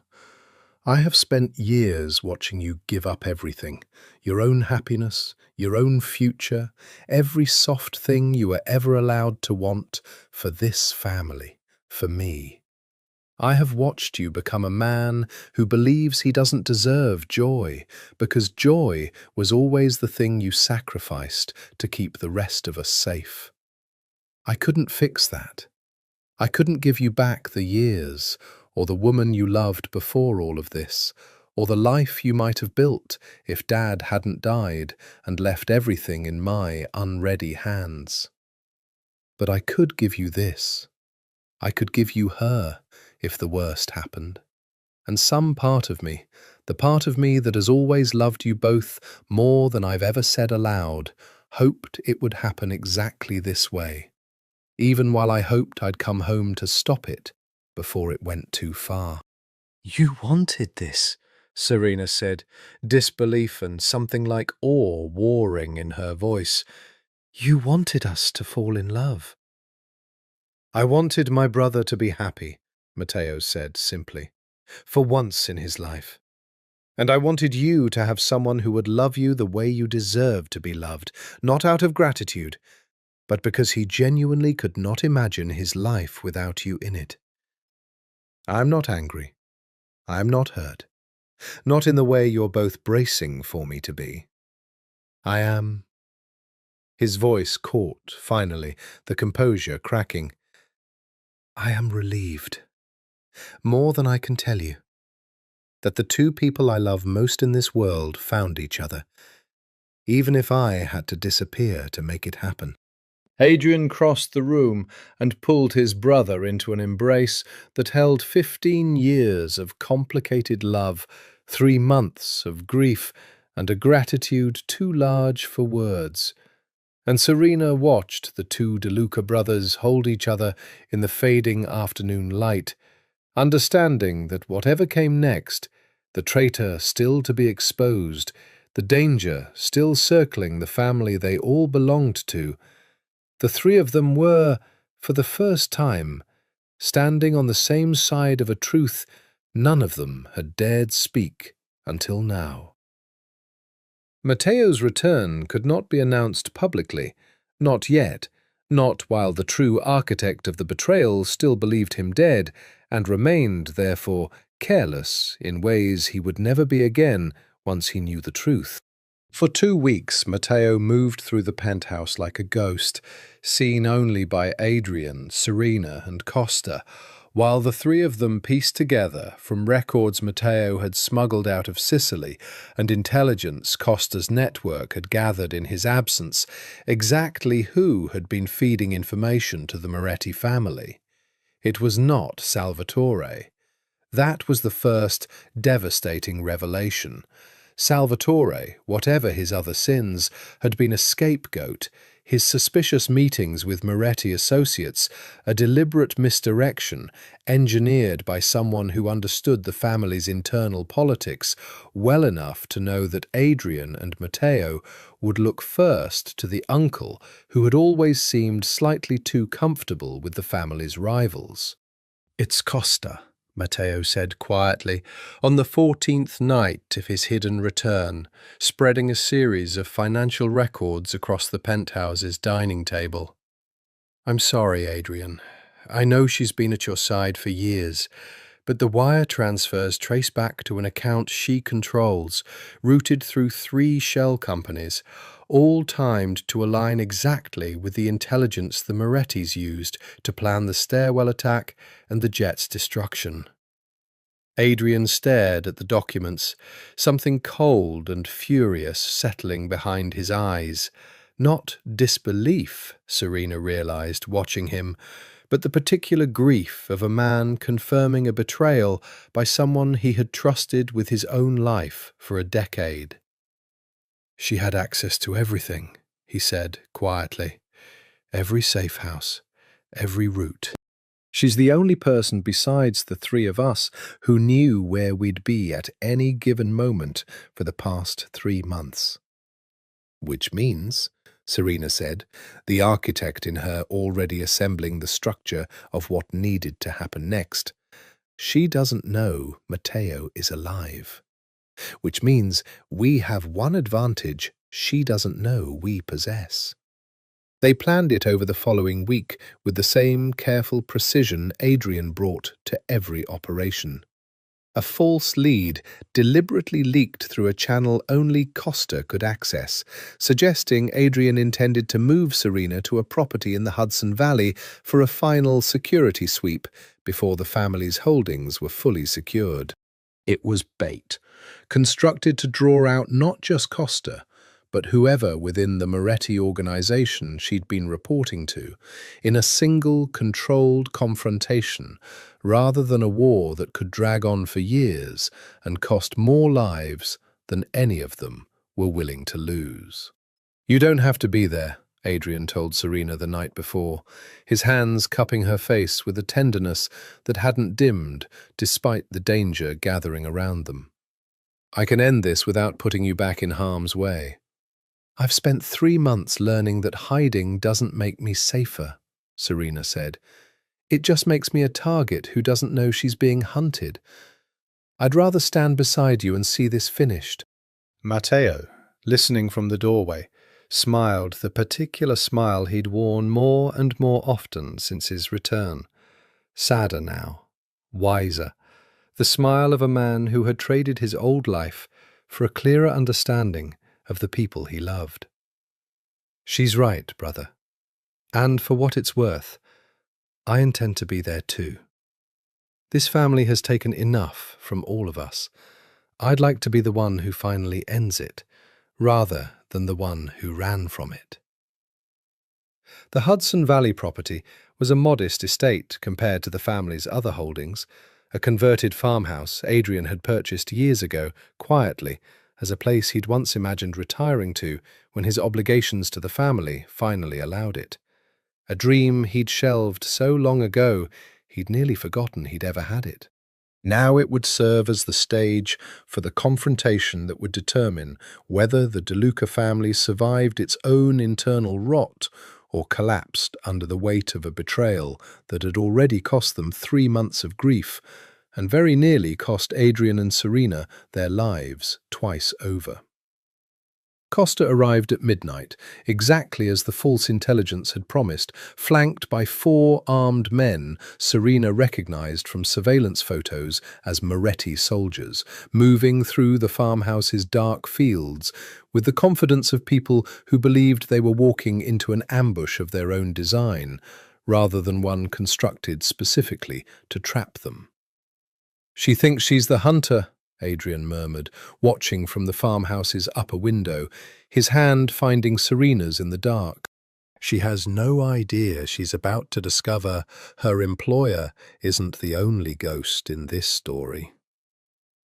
Below them, in the farmhouse's front room, lit only by a single lamp, Matteo De Luca stood waiting, alive, patient, and for the first time in months, entirely unafraid, for the woman who had betrayed his family to walk through the door and discover exactly how badly her calculations had failed. Costa stepped through the farmhouse door at 12:04 in the morning, weapon drawn, 4 Moretti soldiers fanning out behind her with the disciplined efficiency of men who had done this many times before, and stopped dead at the sight of Matteo De Luca sitting calmly in an armchair beside the fire, a glass of scotch in one hand, watching her with an expression of mild, almost professorial interest. "That's not possible," Costa said, her weapon faltering for the first time Serena had ever seen, watching from the shadowed stairwell above with Adrian's hand tight around hers. "You'd think after 10 years working for this family," Matteo said, "you'd have learned that impossible is a word we don't take very seriously." He set down his glass. "Hello, Costa. I understand you've been busy while I was away." The 4 soldiers behind her hesitated, clearly unprepared for a target who was supposed to be dead, and in that half-second of confusion, Adrian's men, positioned in the farmhouse's outbuildings for the past 6 hours, invisible in the dark fields Costa's own intelligence had assured her were empty, moved. The confrontation that followed was fast, brutal, and mercifully brief. 3 of the 4 Moretti soldiers subdued within moments, the 4th cut down by Adrian himself as he burst through the farmhouse's side door, having abandoned the upstairs window the instant the shooting began, some old instinct refusing to let Serena remain unprotected even for the length of a planned operation. Costa alone remained standing, her weapon still raised, though now aimed at nothing useful, surrounded by men loyal to a family she had spent years quietly betraying. "Why?" Adrian said, his voice carrying the particular coldness Serena had only heard once before, in the stairwell, in the moment before he'd put himself between her and a bullet. 10 years, Costa.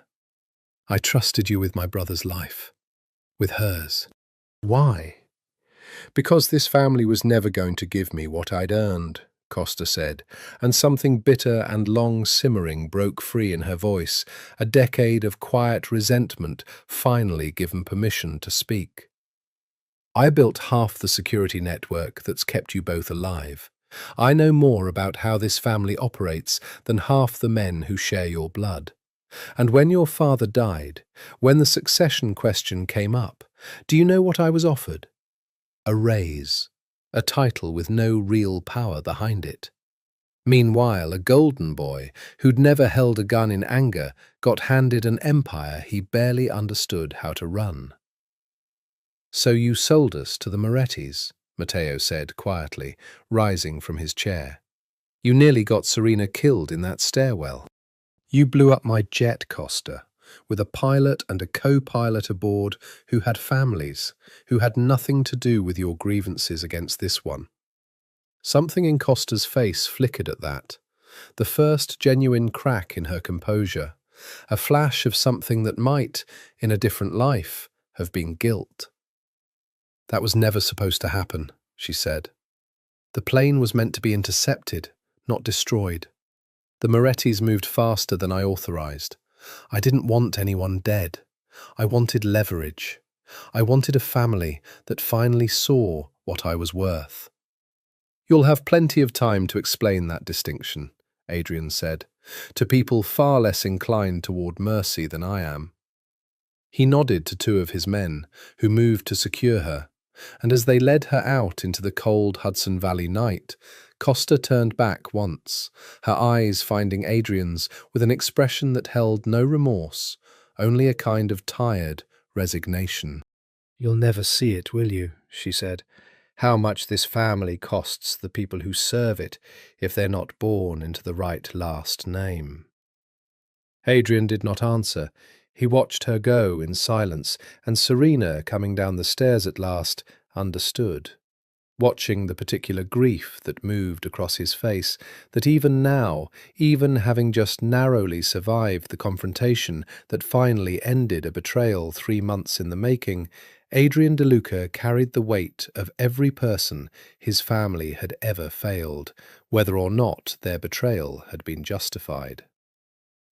"It's over," Matteo said, crossing the room to embrace his brother, then Serena, holding both of them with the particular gratitude of a man who had risked everything on a gamble that had, against considerable odds, finally paid off. "The Morettis will retreat now that their inside source is gone. Salvatore can be quietly reinstated once we've confirmed his innocence beyond doubt. We can finally, all 3 of us, go home." But even as he said it, even as the farmhouse's front room settled into the particular quiet that follows violence narrowly survived, Serena noticed something Adrian's careful eyes had already caught. A 5th man, one none of them had accounted for, moving through the dark tree line at the edge of the property, a rifle raised, its scope trained not on Adrian, not on Serena, but on Matteo DeLuca, who stood between them, laughing with relief, entirely unaware that the night's true danger had not yet finished playing itself out. Adrian saw the muzzle flash a half-second before he heard the report, and in that impossible fraction of time, the same instinct that had thrown him between Serena and a bullet in a Manhattan stairwell 3 months before drove him forward now, not toward safety, but toward his brother. Matteo! He didn't reach him in time to stop the shot. He reached him in time to catch him as he fell. The bullet had taken Matteo high in the chest, and even as Adrian's men returned fire into the tree line, cutting down the 5th Moretti soldier, a man, they would later learn, who had been operating independently of Costa's network entirely, a loyalist sent by the Moretti family months earlier as insurance against exactly the kind of betrayal Costa herself had ultimately committed. Adrian was already on his knees in the frozen grass, his hands pressed hard against his brother's chest, trying to hold in blood that no amount of pressure was going to keep contained. "No," Adrian said. The same word he had said 3 months ago, watching a video of his brother's supposed death, except this time the death was happening in his own hands, warm and real, and utterly beyond his ability to stop. "No, Matteo. Stay with me. Stay with me." "Adrian." Matteo's voice had gone thin, breathless, but his eyes found his brother's with a clarity that suggested some part of him had already understood, faster than either of them wanted to admit, that this was not a wound he was going to survive. "Adrian, listen to me. Save your strength. The medics are coming. Costa's men called it in before. Adrian." Something in his brother's voice, quiet, urgent, final, made Adrian stop talking entirely. Serena had reached them now, kneeling in the frozen grass beside Adrian, her own hands joining his against the wound, both of them holding on to a man neither of them could save through sheer force of will alone. "I got to know," Matteo said, his voice fading, each word costing him more than the last. "I got to see it. Both of you. Happy. That's more than I hoped for. When I got on that plane 3 months ago. That's more than most men get." "Don't," Serena said, tears streaming freely now, her voice breaking on the single syllable. "Don't you dare say goodbye to us. Not after everything. Not after coming back." Matteo's hand found hers, weak but deliberate, And then, with what seemed to cost him the last of his strength, he moved it, placed her hand into Adrian's, pressed both their hands together beneath his own, a final act of will performed with the same quiet authority that had characterized every choice he'd made in his 34 years. "This time," Matteo said, his eyes moving between them, his smile breaking through the pain with a luminosity that would stay with both of them for the rest of their lives. "Don't let go. Because of me, or because of anything else. Just don't let go." His hand slipped from theirs. His eyes remained open, fixed on the two people he had loved more than anyone else in the world, his smile still present, even as the light behind it finally, gently, went out. Adrian's scream, when it came, was the sound of a man's entire foundation giving way at once. 15 years of discipline, of careful restraint, of duty carried like armor against every soft thing he'd ever wanted. All of it collapsing into a grief too enormous to contain within any structure a human being could build to survive it. Serena held him as he wept over his brother's body in the frozen Hudson Valley grass, the medics arriving too late to do anything but confirm what all three of them already knew and understood, even through her own devastating grief, that whatever came next, however they built a life together from the wreckage of everything Matteo had sacrificed to give it to them, they would carry him with them, always, in every choice, every happiness, every future they were now, finally, free to build. "He knew," Serena said much later, as the sun rose grey and indifferent over the farmhouse's frozen fields, Matteo's body finally, gently carried away by men who had loved him too. "He knew this might happen, and he still came back. He still gave us this."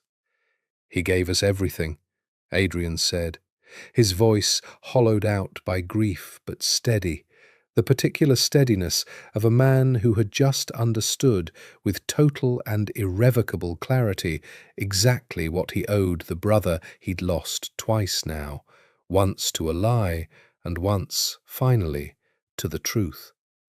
"And I am not going to waste a single day of it." The funeral this time was real and smaller than the first. No cameras, no rivals calculating vulnerabilities disguised as mourners. Only the people who had genuinely loved Matteo De Luca gathered in the same chapel outside Rome where Adrian had once delivered a eulogy for a death that hadn't happened, now delivering one for a death that had.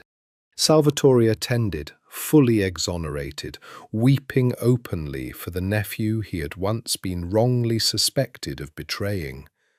And it was he who told Adrian, quietly after the service, that Matteo had visited him in Sicily 3 months before his staged death. Not to accuse him, but to warn him, to tell him that someone close to the family was selling them out, and to ask him to play the role of suspected traitor precisely because his own slightly compromising business dealings with Moretti-adjacent wine distributors would make the misdirection convincing. "He asked me to let myself look guilty," Salvatore said, his voice thick with grief and something like awe. "He said it was the only way to draw out the real threat, without exposing you or Serena directly. He was always smarter than any of us gave him credit for, Adrian. We called him the charming one, the easy one, and all along he was the one holding the whole family together with a patience none of the rest of us possessed." Adrian carried that truth with him in the months that followed, alongside the grief, alongside the guilt of a happiness he had once believed he had no right to claim, And slowly, carefully, with Serena's hand steady in his through every difficult night, he began to understand that honouring his brother's memory did not require punishing himself for surviving him. The family's holdings were formally transferred into Adrian's sole control within the month. Matteo, in the careful legal arrangements he'd made before ever boarding that first jet to Sicily, had ensured that his brother would inherit everything should anything happen to him, a provision he'd apparently updated the week before his staged death, as though some part of him had known, even then, exactly how the story might end. There was a letter, too, discovered among Matteo's private papers by the family's longtime butler, Emilio, a man who had served 3 generations of De Lucas and had wept unashamedly at both of Matteo's funerals. The letter was sealed, addressed to no one, dated the night before Matteo's original departure for Sicily, and Emilio, following instructions Matteo had left with him years before regarding his private correspondence, held it rather than delivering it immediately, sensing, with the particular wisdom of a man who had watched this family's private griefs for 40 years, that it belonged to a moment not yet arrived. "He told me," Emilio said, when he finally explained the letter's existence to Adrian some weeks after the second funeral, "that if the day ever came when you were happy again, truly happy, not merely functioning, not merely dutiful, I should know it, and I should bring this to whoever needed it most in that moment. I believe, sir, that day has come." Adrian did not open the letter then. He understood, with an instinct he couldn't quite articulate, that it belonged to a different day entirely, a day still a year away, one neither he nor Serena could yet imagine, though its shape was already quietly beginning to form in both their hearts. In the meantime, there was a family to rebuild, an empire to steady, and a grief to carry that would never entirely lift, only change shape over time, the way Adrian had once described his own old wound to Serena beside a fire in Amalfi. Not less painful, exactly, but quieter, more familiar, an ache that belonged to certain weather rather than every waking hour.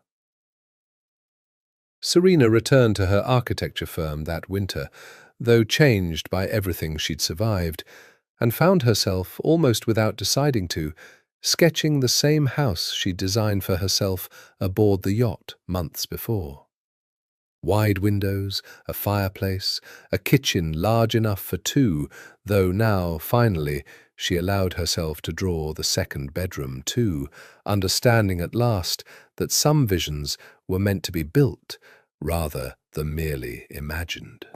Adrian watched her work some evenings, the two of them sharing the same quiet domesticity that had first bloomed between them in a stolen kitchen in Positano, and understood that whatever grief still lived in him, for his brother, for the years he'd spent believing himself unworthy of happiness, for a woman named Elena he had loved and lost long before any of this began.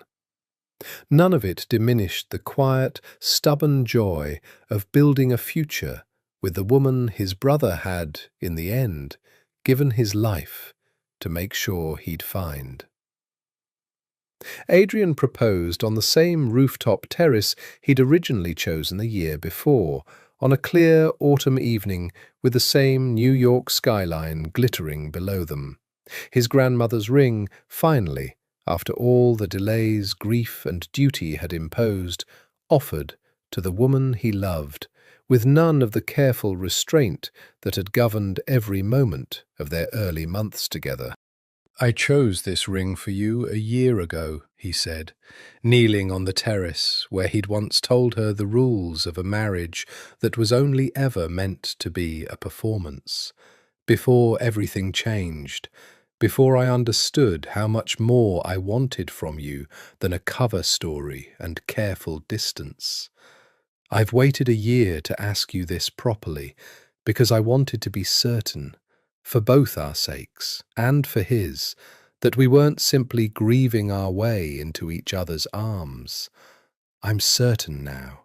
I have never been more certain of anything in my life. Serena Ashford, will you marry me? Not for gratitude, not for duty, not because anyone asked it of either of us, but because I cannot imagine a single day of my future that doesn't have you in it. She said yes, with tears streaming down her face, laughing through the enormity of it. And when he slid the ring onto her finger, the same finger that had once carried a very different ring, given for very different reasons, she understood that she was not replacing one DeLuca with another, but finally, fully, choosing the life she actually wanted, rather than the one gratitude had assigned her. They were married the following spring, in a garden overlooking Lake Como, chosen because Matteo had once told Adrian, years before any of this began, that it was the most beautiful place either of them had ever seen, a place their mother had taken them as boys, back when the family had still felt, however briefly, like something uncomplicated and whole. The ceremony was small, family only, the DeLuca captains and cousins who had earned genuine trust rather than mere blood loyalty, Salvatore weeping again, as he had at both funerals, though this time from a joy so complete it seemed to erase, briefly, every hard year that had come before it. In the front row, one chair remained deliberately empty. Beside it rested a single white rose and a framed photograph of Matteo DeLuca, laughing, taken the summer before everything had changed, before Sicily and betrayal and a staged death and a real one, before the 3 months that had rearranged all of their lives so completely that none of them could imagine now having lived any other way.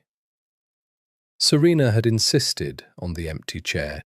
He should be here, she'd said, when the wedding planner had gently suggested it might be easier, might invite less grief into an otherwise joyful day, to simply omit any visible reminder of the man they'd lost.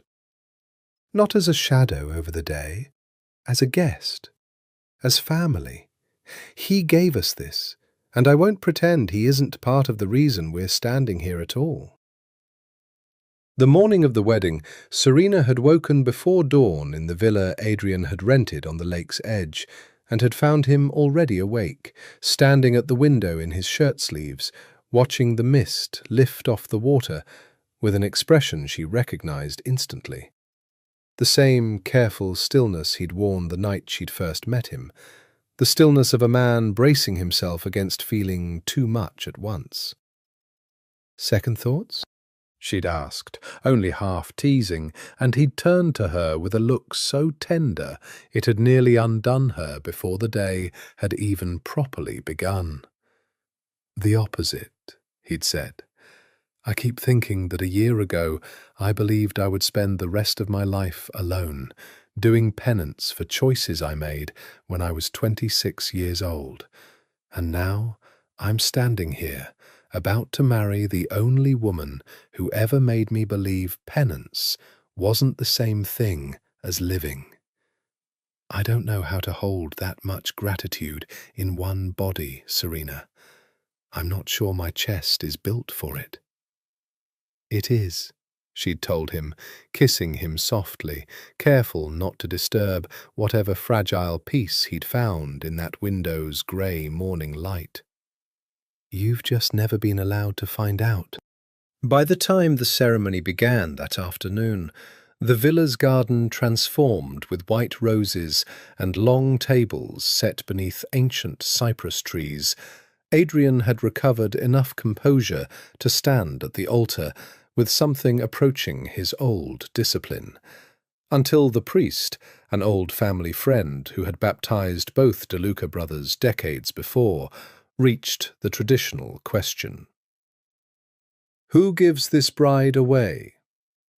Adrian, standing at the altar in his brother's place, because there was no one else left who could have stood there instead, found that he could not speak. The words caught in his throat.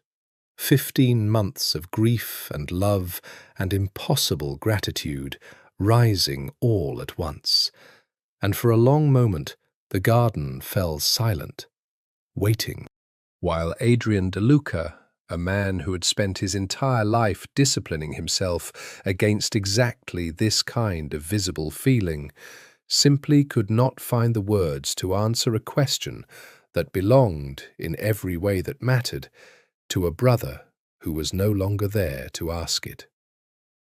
It was Emilio, standing at the edge of the garden in his formal black suit, who stepped forward then, holding in his weathered hands the sealed letter he had carried unopened for over a year, waiting for exactly this moment to arrive. Emilio crossed the garden slowly, the entire wedding party watching in a silence that felt, somehow, exactly right, as though everyone present understood, without being told, that something important was about to happen. Something that belonged as much to the man who wasn't there as to the two who stood at the altar. Mr. Matteo left this with me, Emilio said, his voice thick with an emotion he'd carried quietly for a very long time. The night before his first departure for Sicily, he told me to hold it until the day his brother learned how to be happy again. I believe, Signora, he said, turning to Serena, pressing the sealed envelope gently into her hands, that this belongs to you now, as much as to him. Serena's hands shook as she broke the seal, Adrian steady beside her, though his own composure had entirely deserted him, tears already tracking silently down a face that had spent 15 years refusing to show this much feeling to anyone. Inside was a single folded page, and on it, in Matteo's familiar looping handwriting, one sentence, written the night before he'd boarded a plane he'd known might never bring him home. Written by a man who had understood, even then, exactly what he hoped his sacrifice might buy for the two people he loved most in the world. If you're reading this, it means my brother has finally learned how to be happy. He belongs with you. And you have always been my family. The garden fell utterly silent. Serena read the words aloud, her voice breaking on the final sentence, and beside her, Adrian De Luca, the coldest, most disciplined man in a family built on discipline and cold calculation, a man who had once given up a woman he loved without a single visible tear, who had buried his brother twice and never once allowed himself to break in front of witnesses, finally, completely, wept. He wept for Matteo, for the years of complicated love between two brothers raised in the shadow of a violent inheritance neither of them had chosen. He wept for Elena, the woman he'd loved and lost 15 years before, whose sacrifice had taught him, however painfully, the particular grammar of loving someone enough to let them go. He wept for every year he'd spent believing joy was something other people were allowed to have, a belief his brother had spent his entire adult life quietly, patiently trying to dismantle, right up until the moment he'd given his own life to finish the job completely. Serena held his hand through all of it, standing at an altar overlooking the still silver water of Lake Como, understanding, with the particular clarity of a woman who had spent the past 15 months learning to read this man's every silence, that this grief And this joy were not separate things, had never been separate things, not for Adrian, not for Matteo, not for any of them. They were the same enormous, complicated love, simply wearing different faces depending on the day. When the priest asked again, gently, whether the wedding might proceed, it was Serena herself who answered, turning to address not the priest, but the empty chair in the front row, the white rose resting beside Matteo's photograph, catching the late afternoon light. "I think he already gave me away," she said, "a long time ago, in a stairwell none of us have ever quite stopped thinking about. I think he's been giving me away quietly, patiently, for longer than any of us understood at the time."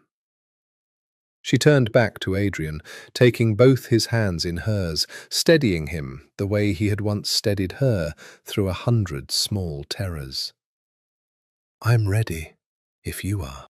"I've been ready since the day he entrusted you to me," Adrian said, his voice raw but entirely certain, though it took me far too long to understand what that meant.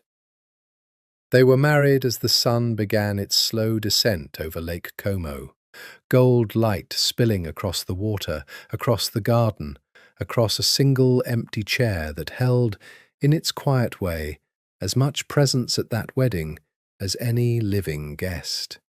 Adrian De Luca, a man who had spent his life believing himself built only for duty, for sacrifice, for the cold calculations of protecting people he loved by denying himself everything soft and good, stood at that altar and wept openly, joyfully, for the first time in 15 years, understanding at last that his brother's final gift had never really been a request to marry the woman he loved.